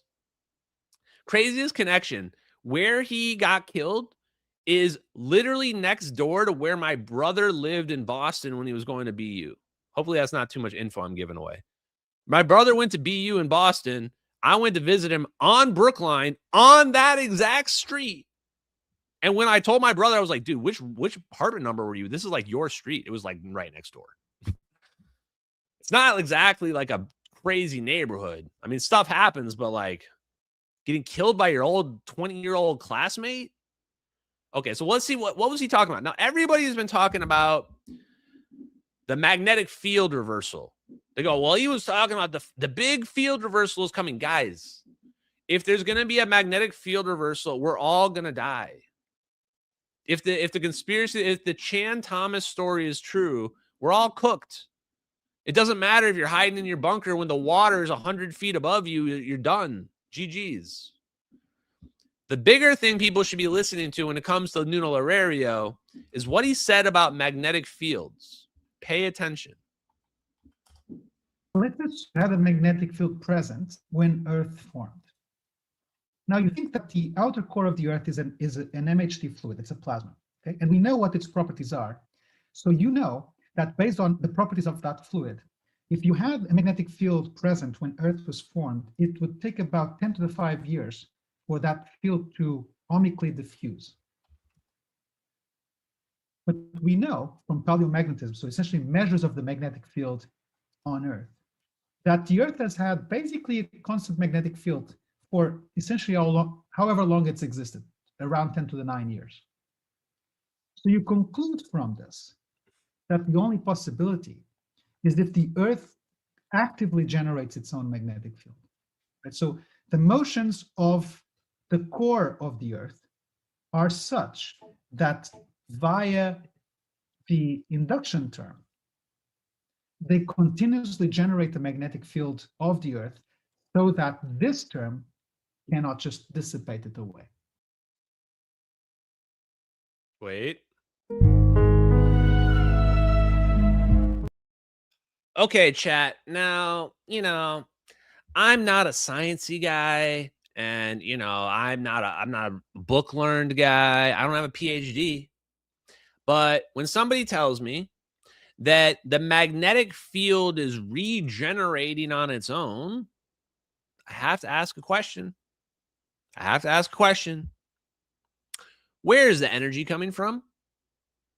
So let's just, please, anybody out there, literally, please find a PhD physicist, maybe Daniel Whiteson of University of California, San Diego, or Irvine can answer this for us. If I have a system that must obey the laws of thermodynamics,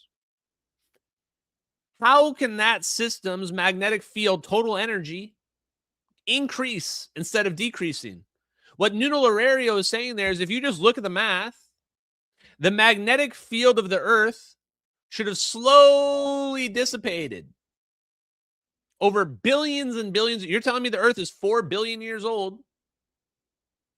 The magnetic field should never have been able to last long. Do you think your magnet on the wall is going to last for 4 billion years, chat? Put a magnet on your fridge and see if it lasts for 4 billion years. The answer is it won't. It won't last for that. Now it won't last for even 40 years, let alone 4 billion years. So the question is, where is the energy coming from that allows for the magnetic field of the Earth to not dissipate? How is that happening? Sometimes I find that the best questions are the simplest ones. The simplest questions.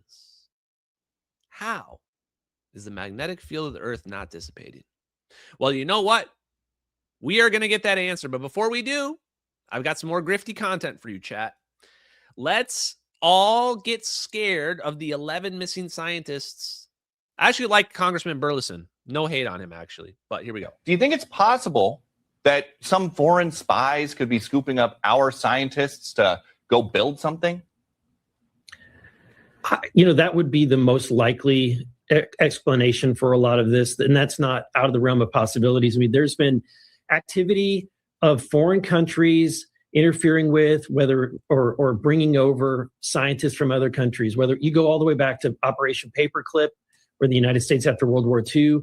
And we if you go back and look, we did use not severe intimidation, but we brought over a lot of German scientists. Russia used extreme intimidation efforts to bring in as many of those German scientists as possible. And then you fast forward to today, there's often activities where countries actively take out or eliminate some of their opposition's top scientists and for the security reasons. So this is not unusual. In fact, today we know that there's an operation by China called Operation Fox Hunt, as well as another one called Operation Skynet, that are designed to bring back and intimidate Chinese scientists to get them to repatriate back to China.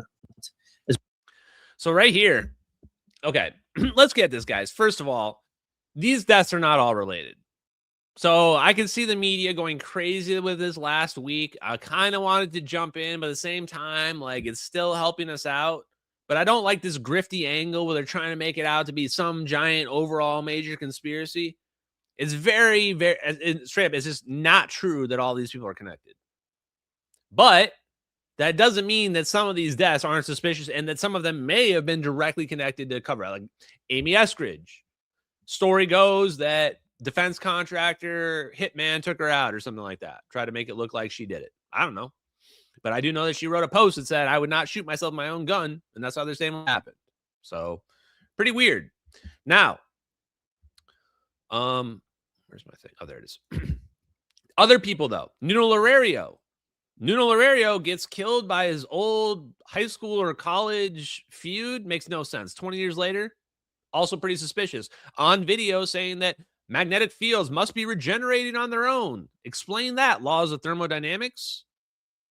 Now, the most recent one to me is probably one of the most troubling, which is General William Neil McCasland. This guy was known to be reaching out to Tom DeLonge, saying that he wants to help him with the UFO mystery or whatever is going on. And then I've got somebody in my replies that might literally be the missing general. Somebody that's drawing plasma, basically fusion reactors, the same thing that we're looking at, drawing them, saying plasma, ion pumpy thing for Ashton free energy, where you can just literally match the handwriting to the guy. I'm starting to wonder if we are more capable than the FBI is at investigations at this point.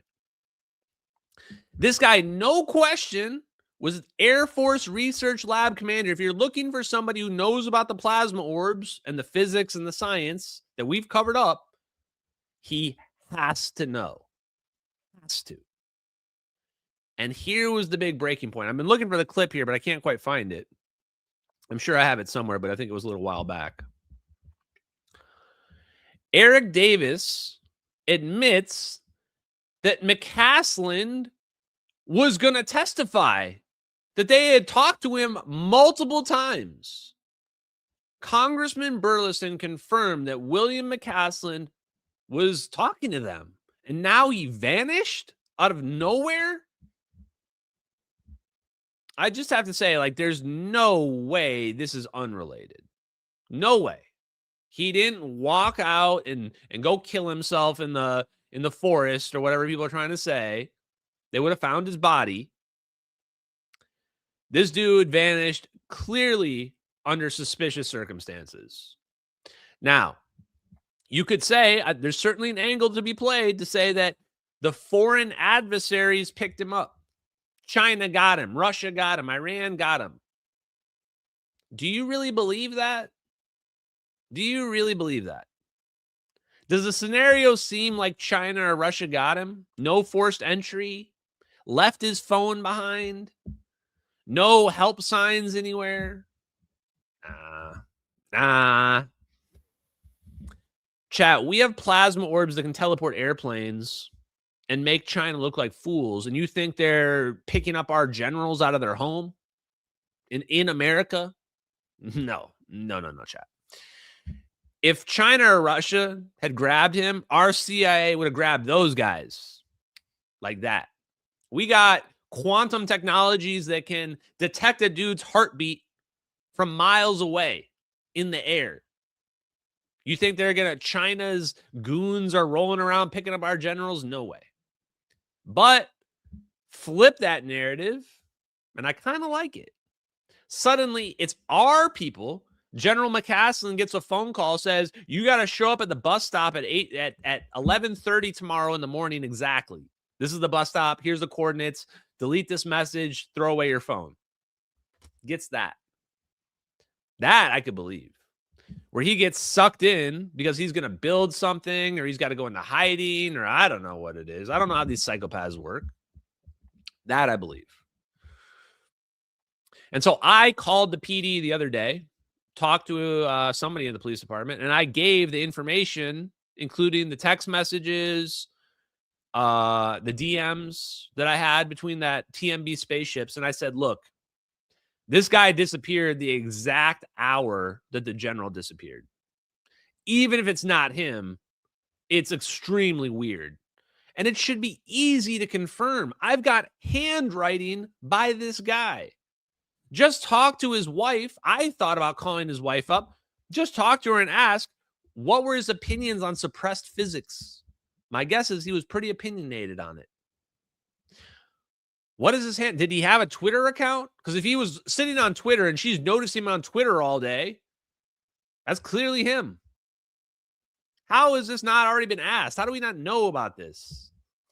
We got a guy on Twitter that literally could be the guy we're missing. And the best part is, if it is him, which actually I don't think it is, but it's just so weird, I don't know how to dismiss it.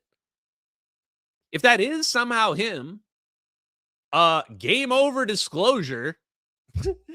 If that's General McCasland, we have a fusion reactor schematic from him. If that's General McCasland's Twitter account, that shit's going to be in the Smithsonian. That screenshot of his post is going to be in the freaking Smithsonian one day, talking about the general that drew a fusion reactor schematic so disclosure could happen in 2026. Craziest shit ever. We're in the middle of history. If that's really the general. Again, I don't think it is him, but I'm just sitting here going, he still hasn't posted since the day the general disappeared. How did he know to disappear on the exact right day at the exact right hour? How did he know the general would never be found? It's the same way where people say, Ashton, somebody hoaxed those MH370 videos. And I go, who? How did the hoaxer know we would never find the plane? You're telling me people were hoaxing elaborate military videos in just a couple months after the video disappeared? And they just guessed we would never find the plane and they're still right 12 years later? How did TMB spaceships just know to stop posting the exact hour the general disappeared? It's pretty weird. It's at least worthy of scrutiny. Okay.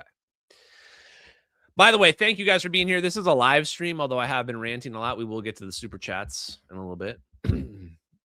Last topic, and it's worth it. I'm glad you stayed around this long. Pharis Williams.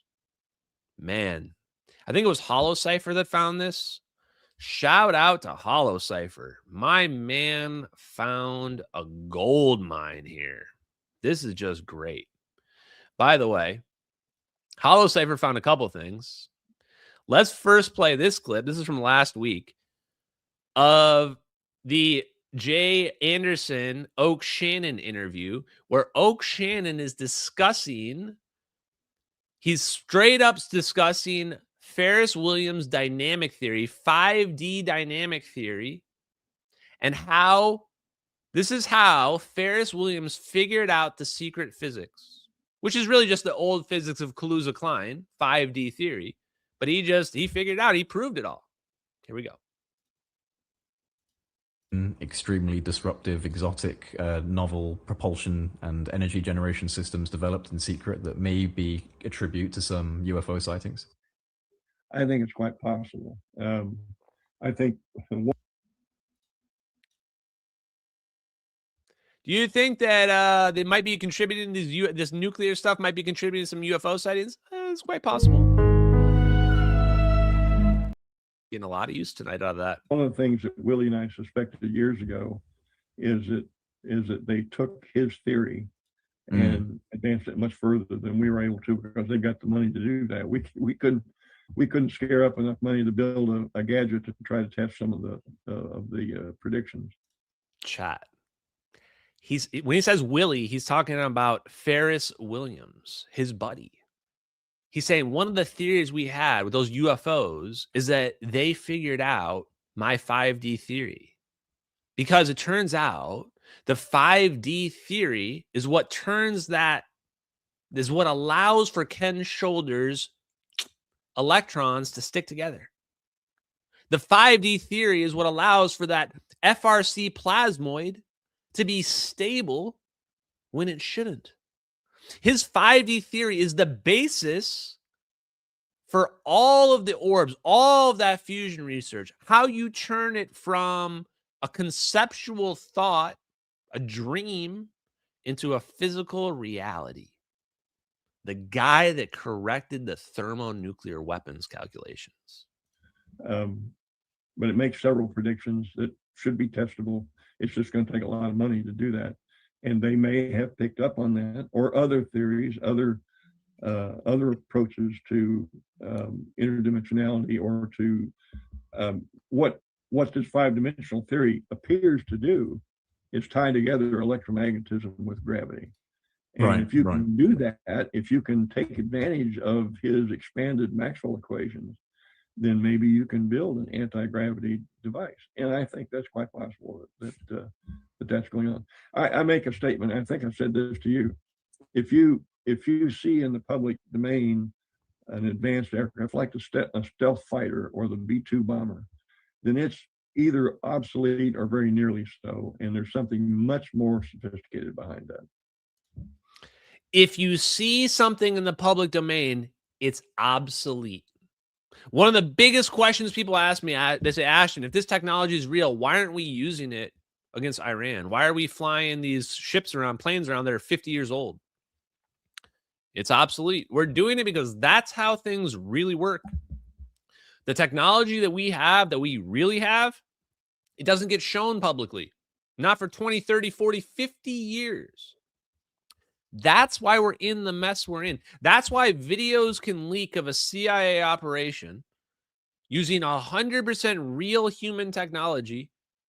And it's so far beyond people's current frame of reference, they can't even believe how it's real. They can't even understand the first thing about how it could even be real. That's how.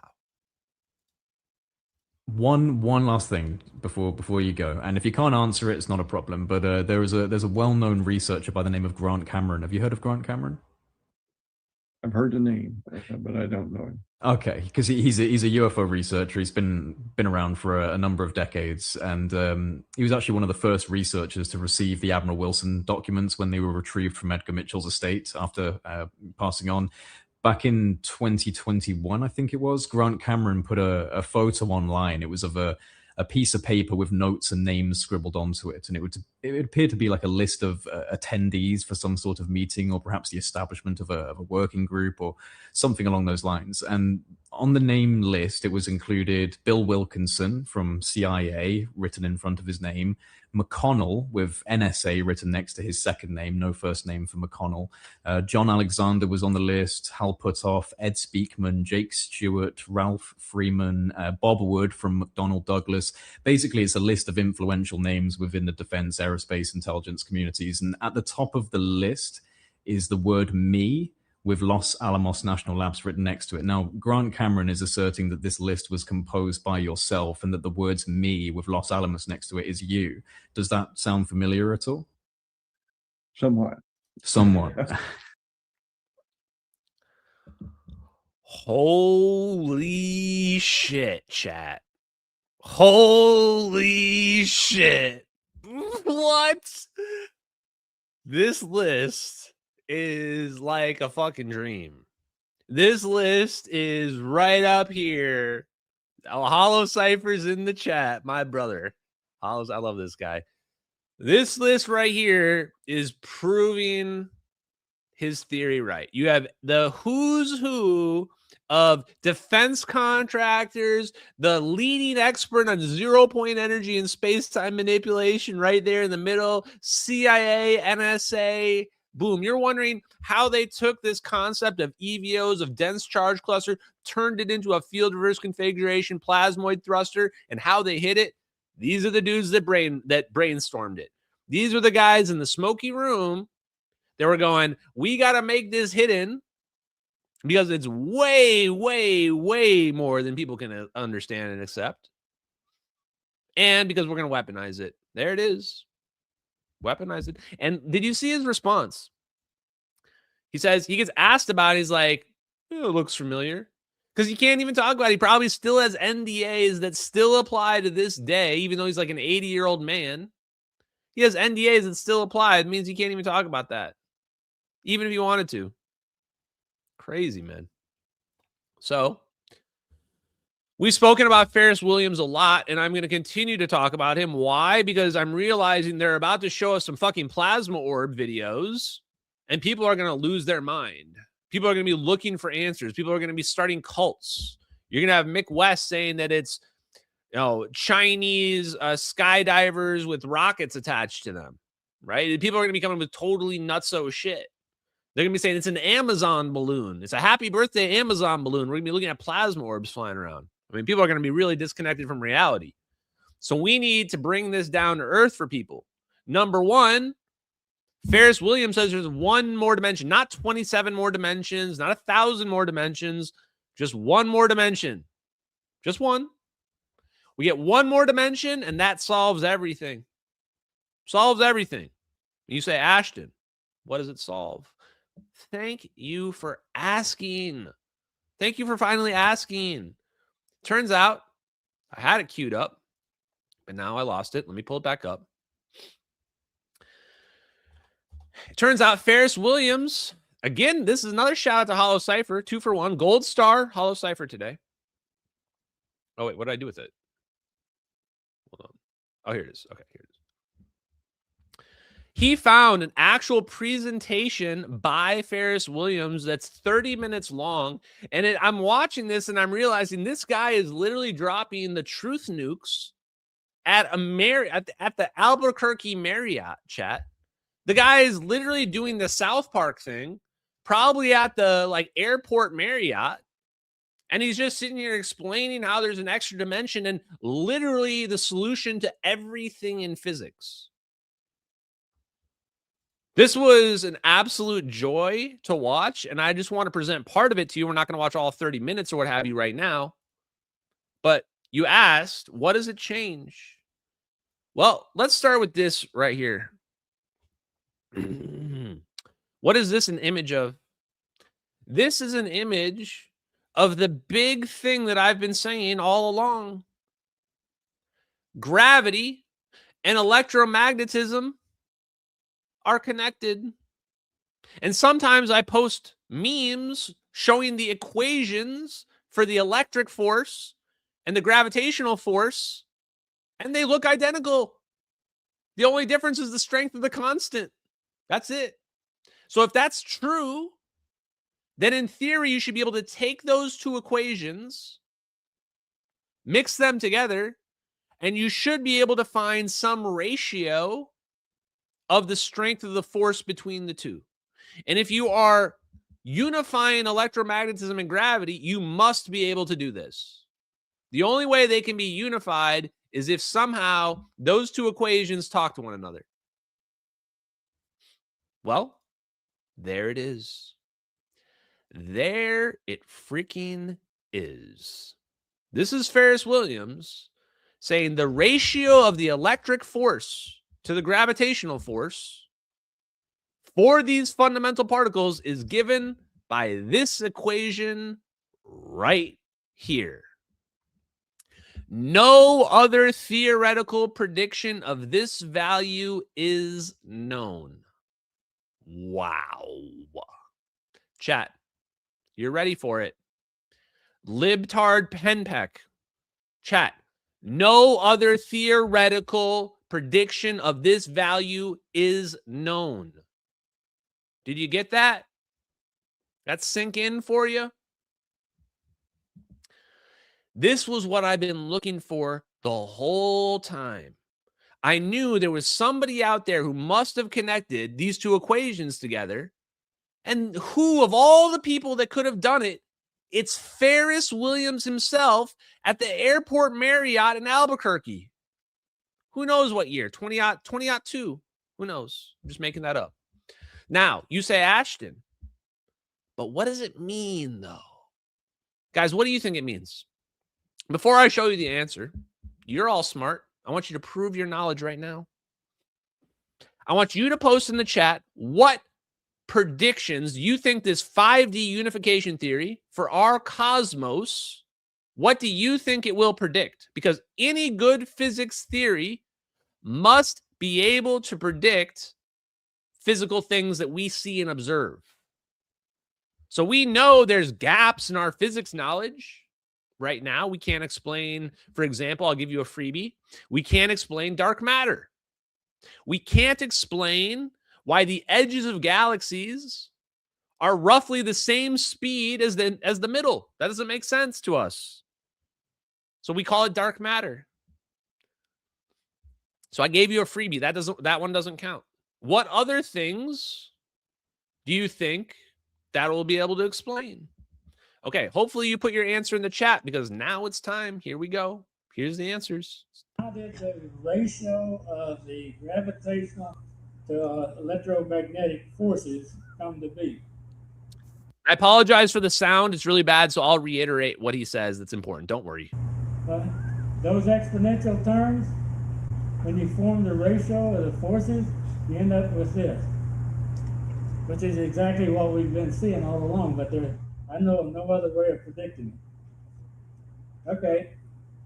Now let's compare the predictions of this to some of the existing experimental data. The perihelion advance, because it's non-singular, the advance is proportional to the lambda. Chat, I'll be real. I have no idea what that first one means. I'm going to grok it later. I'm going to figure it out, but I know the rest.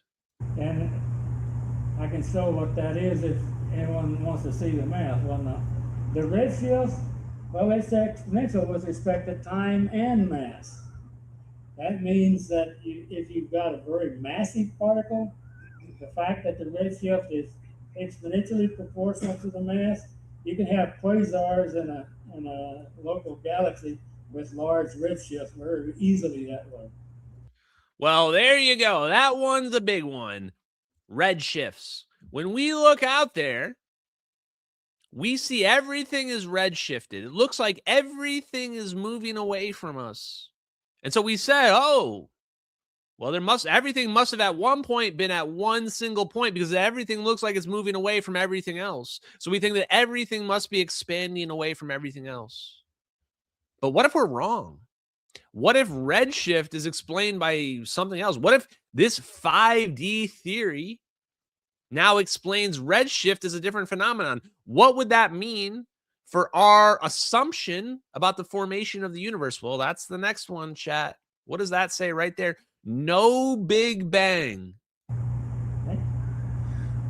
No Big Bang? If it's a non-singular potential, there's a point in time where you can go back and the universe will be static and it will not be at a singularity. He says if you reverse time back, now, under this new understanding, this 5D understanding, you reverse time back. Now we don't get a Big Bang anymore. Now everything doesn't go back to a single point anymore.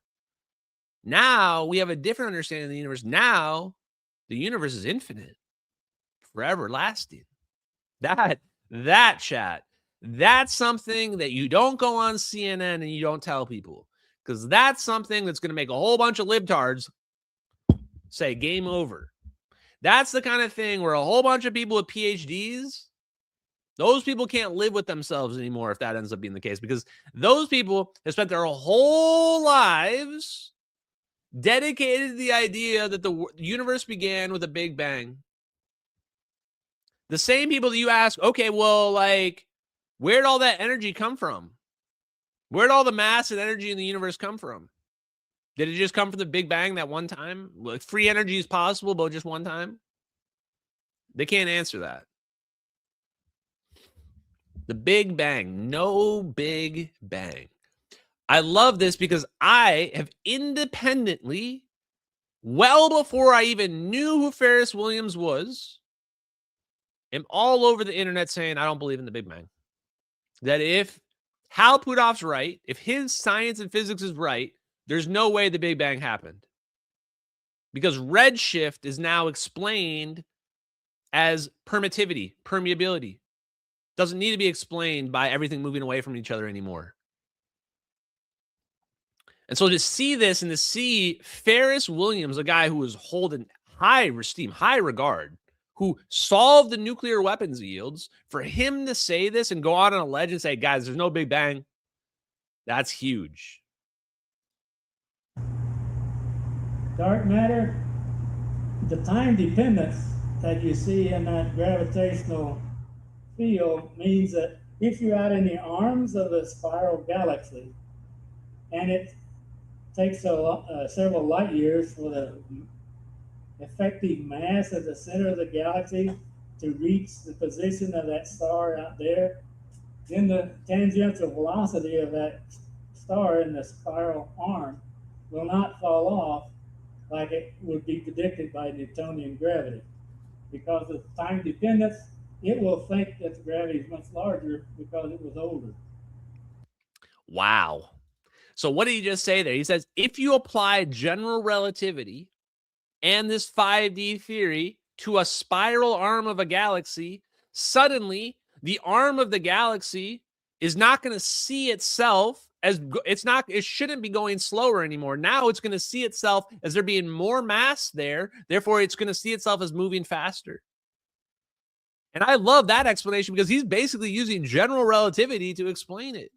He's saying general relativity is real, but you're not realizing that general relativity causes observable anomalous phenomenon. And in this case, the observable anomalous phenomenon is that we see this spiral wheel galaxy spinning around in the solar out there in the galaxy, and the edges are moving too fast. We can just see that. We called it dark matter. Turns out that was just because we didn't understand the universe. We didn't understand there was an ether, a fifth dimension. And in the dark energy, there's a time dependence there also. And there's several factors that go into the dark energy, but the main one is the changing Chandra-Shekhar mass limit. They use the type 1A supernova because it supposedly has the same mass when it explodes. Well, the age of the supernova changes the mass it has because this is a time-dependent limit. And when you look at all that, you find all of the data that they found so far is explained primarily by this and the fact that you have the redshift isn't exactly what you thought it was. Here's another one. Remember that? I want to stop that. That is a huge one. And the reason why this one's so huge is that we have the benefit of hindsight. Pharis Williams died years ago. This presentation is a long time ago. And there he is. He says, the way that we currently look at supernova, we think there's a standard candle, that this one type A supernova always releases the same amount of energy. Therefore, we can see how far things are away because we know how bright that supernova is, and therefore we know how far it is. That's how we think. And here's Pharis Williams saying, that's wrong. Pharis Williams is saying, those type 1 supernova are not standard candles because of this theory. This theory completely destroys that. And here's the thing. We've been collecting evidence about these type 1 supernova. It's going to be proven in the evidence, in the data. They're hiding that. They're either misrepresenting the data right now, or they're not releasing the data that proves Pharis Williams is right. Has to be the case if Pharis Williams is correct. And we know he's correct. So there you go. When you want to wonder, how are these discoveries not coming out? That's what you should be asking yourself in the back of your mind is, Pharis Williams says that type 1A supernova are not standard candles and we're misinterpreting them. And that has to be borne out in the data. So when you start looking at the type 1 supernova data, you're going to start seeing anomalies that they have to average out or do other weird statistical things to remove. Turns out those aren't anomalies. Those are reality, and they're just cheating the data and using statistics to try to fudge the numbers. And if you doubt they do that, I say you should go back to COVID. Go read about COVID. Turns out millions of people didn't die from COVID. I mean, yes, maybe a lot of people did die, but not the numbers they're claiming. It's less than that. The reason being, in case people want to cancel me over this, I'll tell you right now, is because death certificates have more than one cause of death on them. And if you add up every cause of death on a death certificate, they can't die 5 different ways. Someone can't die from 5 different things simultaneously, right? But that's how we counted. So if you count like that, the amount of deaths you're going to get is going to be 5 times higher than the real number. And yes, that's how we counted. If you doubt me, go ask Grok, go ask anybody you want. That's how death certificates work. And that's how we counted. We just looked at the death certificate and we said, if that is on the death certificate, that's how they died. Well, did you die of COVID or did you die of a heart attack? Did you die of COVID or did you die of a gunshot? Some of those things are mutually exclusive, but we count all of them as COVID deaths. That's the same thing we do for physics. That's the same thing we do in all science. We fudge the numbers. You lie with statistics. It's pretty incredible. But point being, sorry to go on that tangent, that's our answer. We can look at the data, and the data is going to prove Pharis Williams correct. Because he's the guy that corrected the thermonuclear weapons calculations. And the last thing, this is one I don't fully understand, but here we go. Very last thing for tonight. Late 80s, early 90s, there were a lot of reports about a fifth force where people had gone down in submarines or in mines and found that the gravity they measured differed a little bit from Newtonian gravity. And then somebody went up on a big tall pole and said, no, it's the same. You guys are all full of it. And no one's heard anything about the fifth force since. So I had one of my students at New Mexico Tech go and check all this stuff out.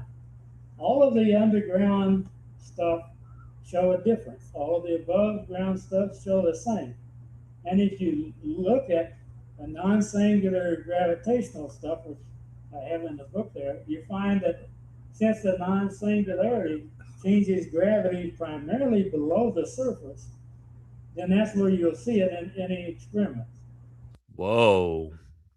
That's pretty weird. I don't think I've heard this from anyone else before. If you guys have, put in the replies, put in the comments.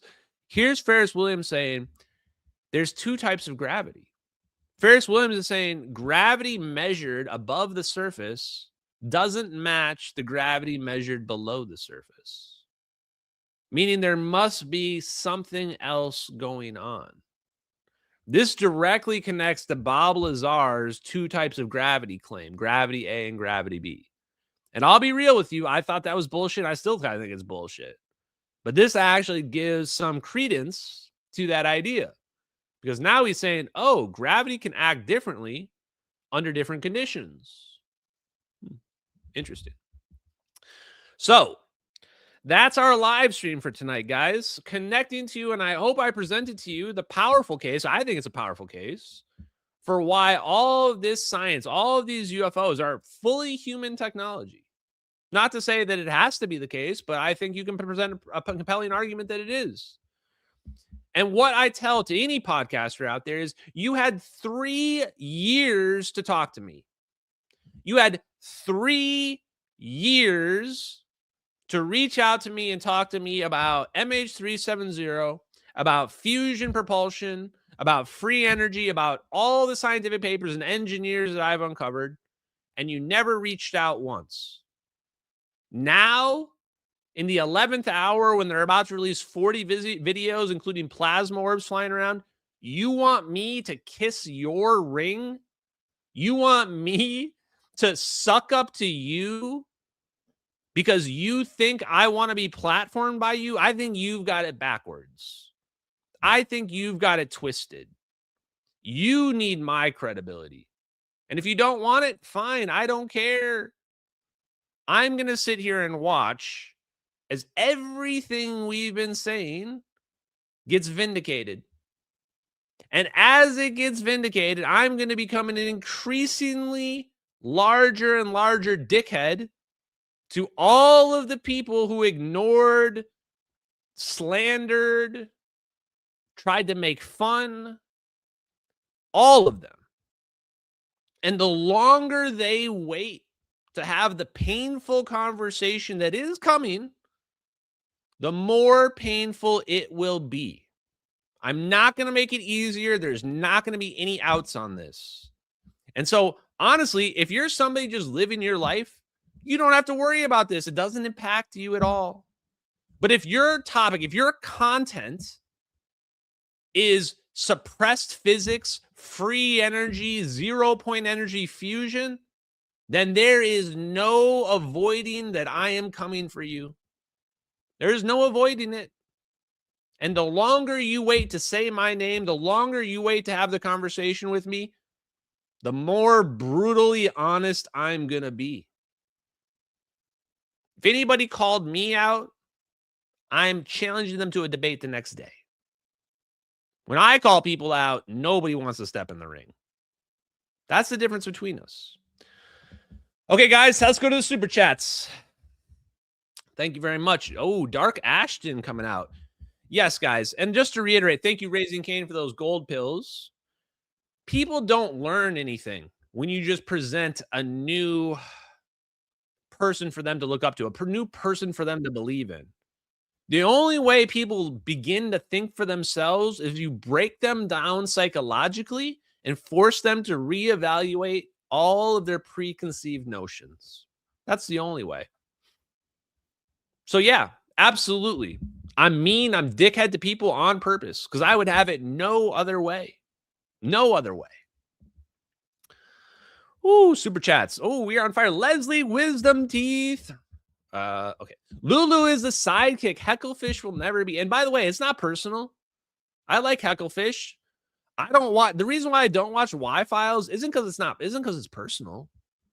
It's because the content sucks. I tried to watch a guy talking about 0-point energy, and he didn't understand what TT Brown effect meant. He didn't understand the implications of it. He thinks that the aliens are using TT Brown effect, like they're flying here on asymmetric capacitors. It's like, I mean, what do you want me to say, man? I can't watch that. It's unwatchable to me. I'm light years ahead of that. Light years. So thank you very much, but we don't need to attack them. And I don't want you guys attacking them either. I saw AJ triggered out, getting all his people to try to post in my replies. By the way, it doesn't work on me. Ask the Groipers or whatever. They tried their end towers. They tried everything. Their AI images. Nothing works on me. So don't waste your time. Or do. I don't care. Lone Wolf. Hard way is the only way. No more apology forms. Apologies not accepted. Sometimes you just got to leave people behind. This is hard to hear. But again, go back to the beginning of the live stream where I laid out what's really at stake here. When you look at the implications, this is why they don't reveal it. The implications of what this technology means is so mind-blowing that not everybody is going to make it, chat. And if you can't accept that, then you can't accept the truth of the situation. When you tell people that the Big Bang never happened and that all the physics and science they did about type 1A supernovas is all fake, people are going to blow their brains out. No getting around it. And that's not even the crazy stuff yet. That's just the straight up cover up stuff, the incompetent stuff. Not everyone is going to make it. We have to accept that, and we have to realize, who do we want to be on the finish line when all is said and done? When all is said and done and people have lost their minds, we need the smart, high, intelligent people to be running this world. Because if they're not, we are cooked. We are 100% cooked. And I'm basically just waiting around for the end to come. Waiting around for the end to come, chat. No hope. Carry Ethernet subscriber. Everyone is grifting up you. Watch out if Candace calls you guys. Candace has been getting bodied on social media, and frankly, she deserves it. I'm not going to rub it in even more than I already have, but let's just say that the trial of Tyler Robinson is starting, that Tyler Robinson's boyfriend and Tyler Robinson's family is going to testify, which pretty much means they're testifying against him. So his boyfriend and his family are going to testify against their own friend or son and lover. And what was the other thing they said? Oh, the bullet actually is going to be consistent with a 30-06. Oh, oops. Anyway, it's going to be brutal, guys, and it's just going to get worse from here on out. So, look, man, I'm not against conspiracies. I'm willing to believe conspiracies that have evidence. But you guys fell into a trap. And the problem was, this is the problem with falling into the trap. Because I don't mind. You can believe whatever stupid shit you want. It doesn't bug me. But when you fall into that trap, that's how they discredit you. Now everyone's going to look at Candace Owens like she's the next Alex Jones. She thinks the frogs turn people gay. She thinks that the French Legionnaires killed Charlie Kirk. That's how they destroy you. And she's going to get sued into bankruptcy on top of it. You're just making misplays. It's just stupid. For what? For what? So you could grift a few clicks? Not worth the chat. Dino Complizier. Ashton Forbes. The Because Files. Dun, dun, dun. And you know what? I sent AJ all the stuff, that one live stream. And you know what? I actually regretted it right after. Because he wouldn't have done the case justice anyway. Every one of his old videos was always like at the end, is like, this is why this is maybe debunked though and not real at all. And it's like, just have an opinion. Why are you doing all this stuff? So you don't get hit by YouTube censors? Just say what you actually believe. You believe it's real, say you think it's real. You believe it's fake, don't say it's fake. Don't fence it about it. Well, here's all this crazy psycho stuff, and now here's why it's probably not real at all. Okay, sure. Whatever, man. And I would have more sympathy for that if you weren't going on Tucker Carlson and talking about every schizo thing in the world, right? So clearly you do believe all the schizo shit. You just say that stuff for his disclaimer. Bar T Welding, happy 420. I hope you've injected some marijuana pots. Is that how it works? Inject them? I think so. Pretty sure that's what you do. I hope you injected those marijuana pots and you were enjoying the live stream. Timothy Foster, bro, Sal is calling for circling the wagons and unity, and you're one of the top minds. Sal is promoting this group. Who else would you like in this group of unity? Chad, I'm not about unity. Fuck unity. Here, do you want to know some facts? Actually, I don't know this for a fact, so don't say it is, but Sal's being watched by the CIA. How do I know that? Because when I text Sal something on a non-encrypted message, all I get back is cool. Like, literally, like, just cool. Yeah. The dude's being watched. The guy got his high-energy electromagnetic field generator shut down by some CIA spooks.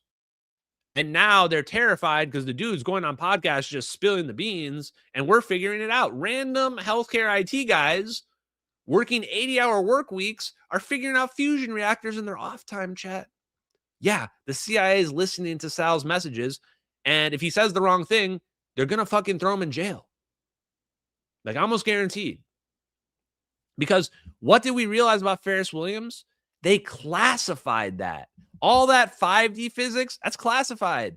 You say, well, why are you allowed to talk about it? Because if they stop you, then you know it's real. They let you talk about it. They realized long ago you can't keep it hidden. Just discredit the people that try to talk about it. That's why. But if you have an NDA and you talk about it, they hit you with legal stuff in the backside where you can't do anything about it. It's like what Amy said, is that McCandlish was dumb. He tried to hide it. He tried to be quiet about it. Florence Changi told me I should have done this quietly. The MH370. Hell no. I'd probably be dead if I did this quietly. I'm glad I did it the way I did it, even though I made mistakes, because that was the way to go. That was the only way you survive this, is public. Trippy Savage.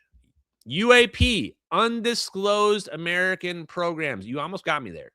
I thought you were about to Hillary Clinton me here with this UAP shit. You know how I feel about this. We don't use these acronyms in this household. However, you used it in a smart, funny way. So therefore, there you go. Yes. Undisclosed American programs. Exactly. That's going to be the big reveal, is maybe aliens exist. I mean, we know they exist. Maybe they're visiting. Who knows? Who cares? But we've got some psycho shit that should not be hidden. Like the world deserves to know the reality of what physics is capable of, kind of stuff. Rip to Amy Eskridge.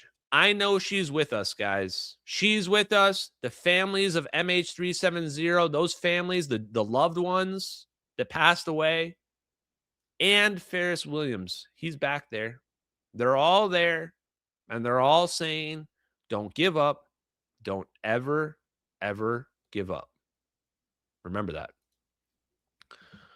Musketerians, good to have you back. It's good to be back, chat. It's good to be back. I wish I could talk more about my work, but when you work at a big company, you got a lot of things you can't talk about. So it is what it is. Maybe when I get fired one day, but somehow still have my job. Immortal Dragon, I have a friend who died on MH370. Thank you from the bottom of my heart. Wow, this is a random one. If it weren't for you, I would have never learned the truth. God bless. I'm glad that it gave you some level of closure.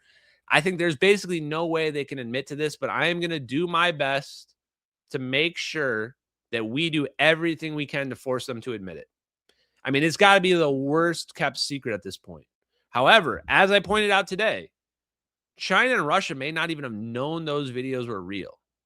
Like, they may have seen them and not even realized they may have not even connected them to MH370. There was nothing obvious connecting those videos to MH370.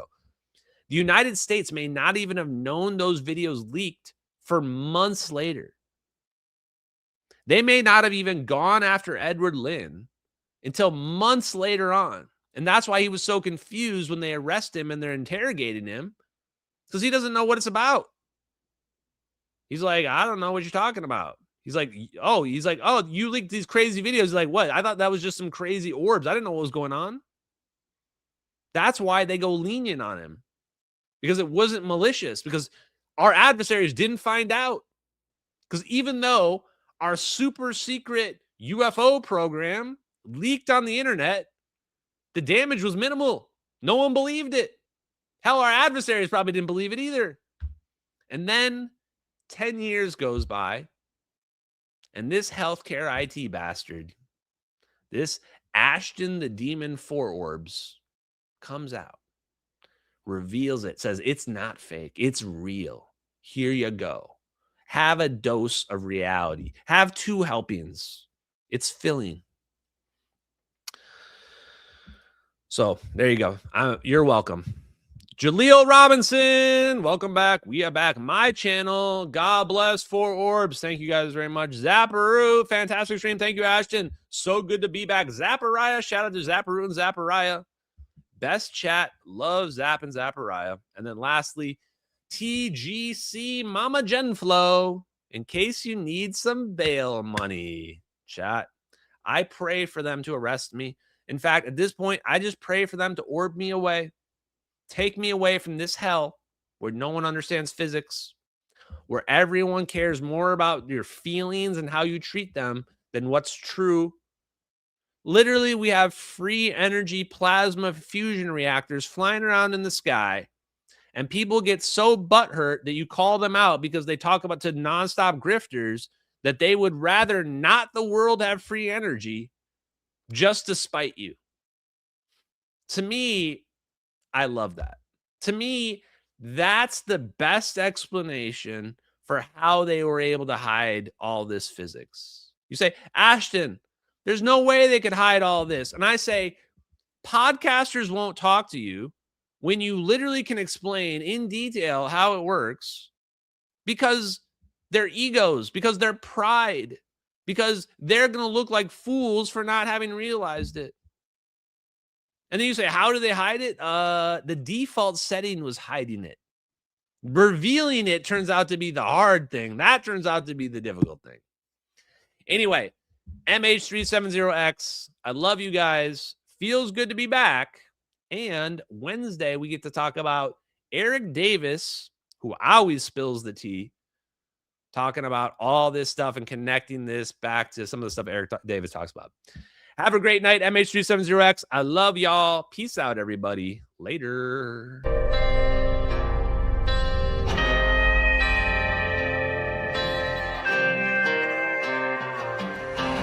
Out in the fields where the skies are wide, talking about a journey through the cosmic ride. Einstein and Thorne, they set the stage for a trip through time across the space age. Wormholes connect distant points in space, traversable paths to a far-off place. No black holes pull, no crushing weight, just a cosmic tunnel to a distant gate. Talking wormholes, stargates, negative energy, travel through the cosmos, it's our destiny.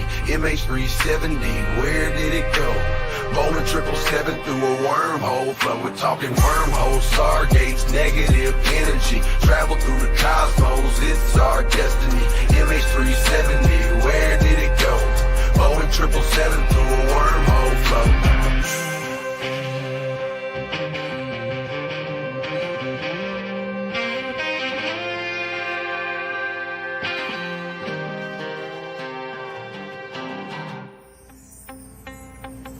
Exotic matter, negative energy's the key to stabilize the wormhole for you and me.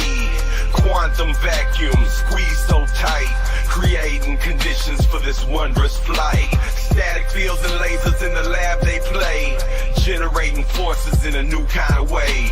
Gravitational squeezing, Casimir's force, negative zones we need to stay the course. Talking wormholes, stargates, negative energy, travel through the cosmos, it's our destiny. MH370, where did it go? Boeing 777 through a wormhole flow. Thin shell formalism plates so fine, spherical geometry we realign.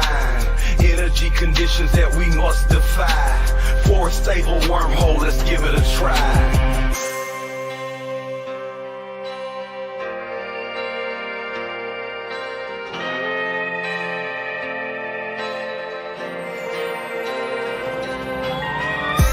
Forces balancing the plates, creating the throat, open the gates, from Earth to the stars in a single bound, a shortcut through space profound. Engineers and dreamers hold the key to future worlds and what we could be. With science in hand, we forge ahead through the cosmic paths that we now tread.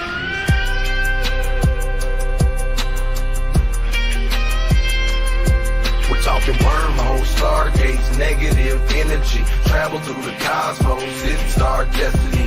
MH370, where did it go?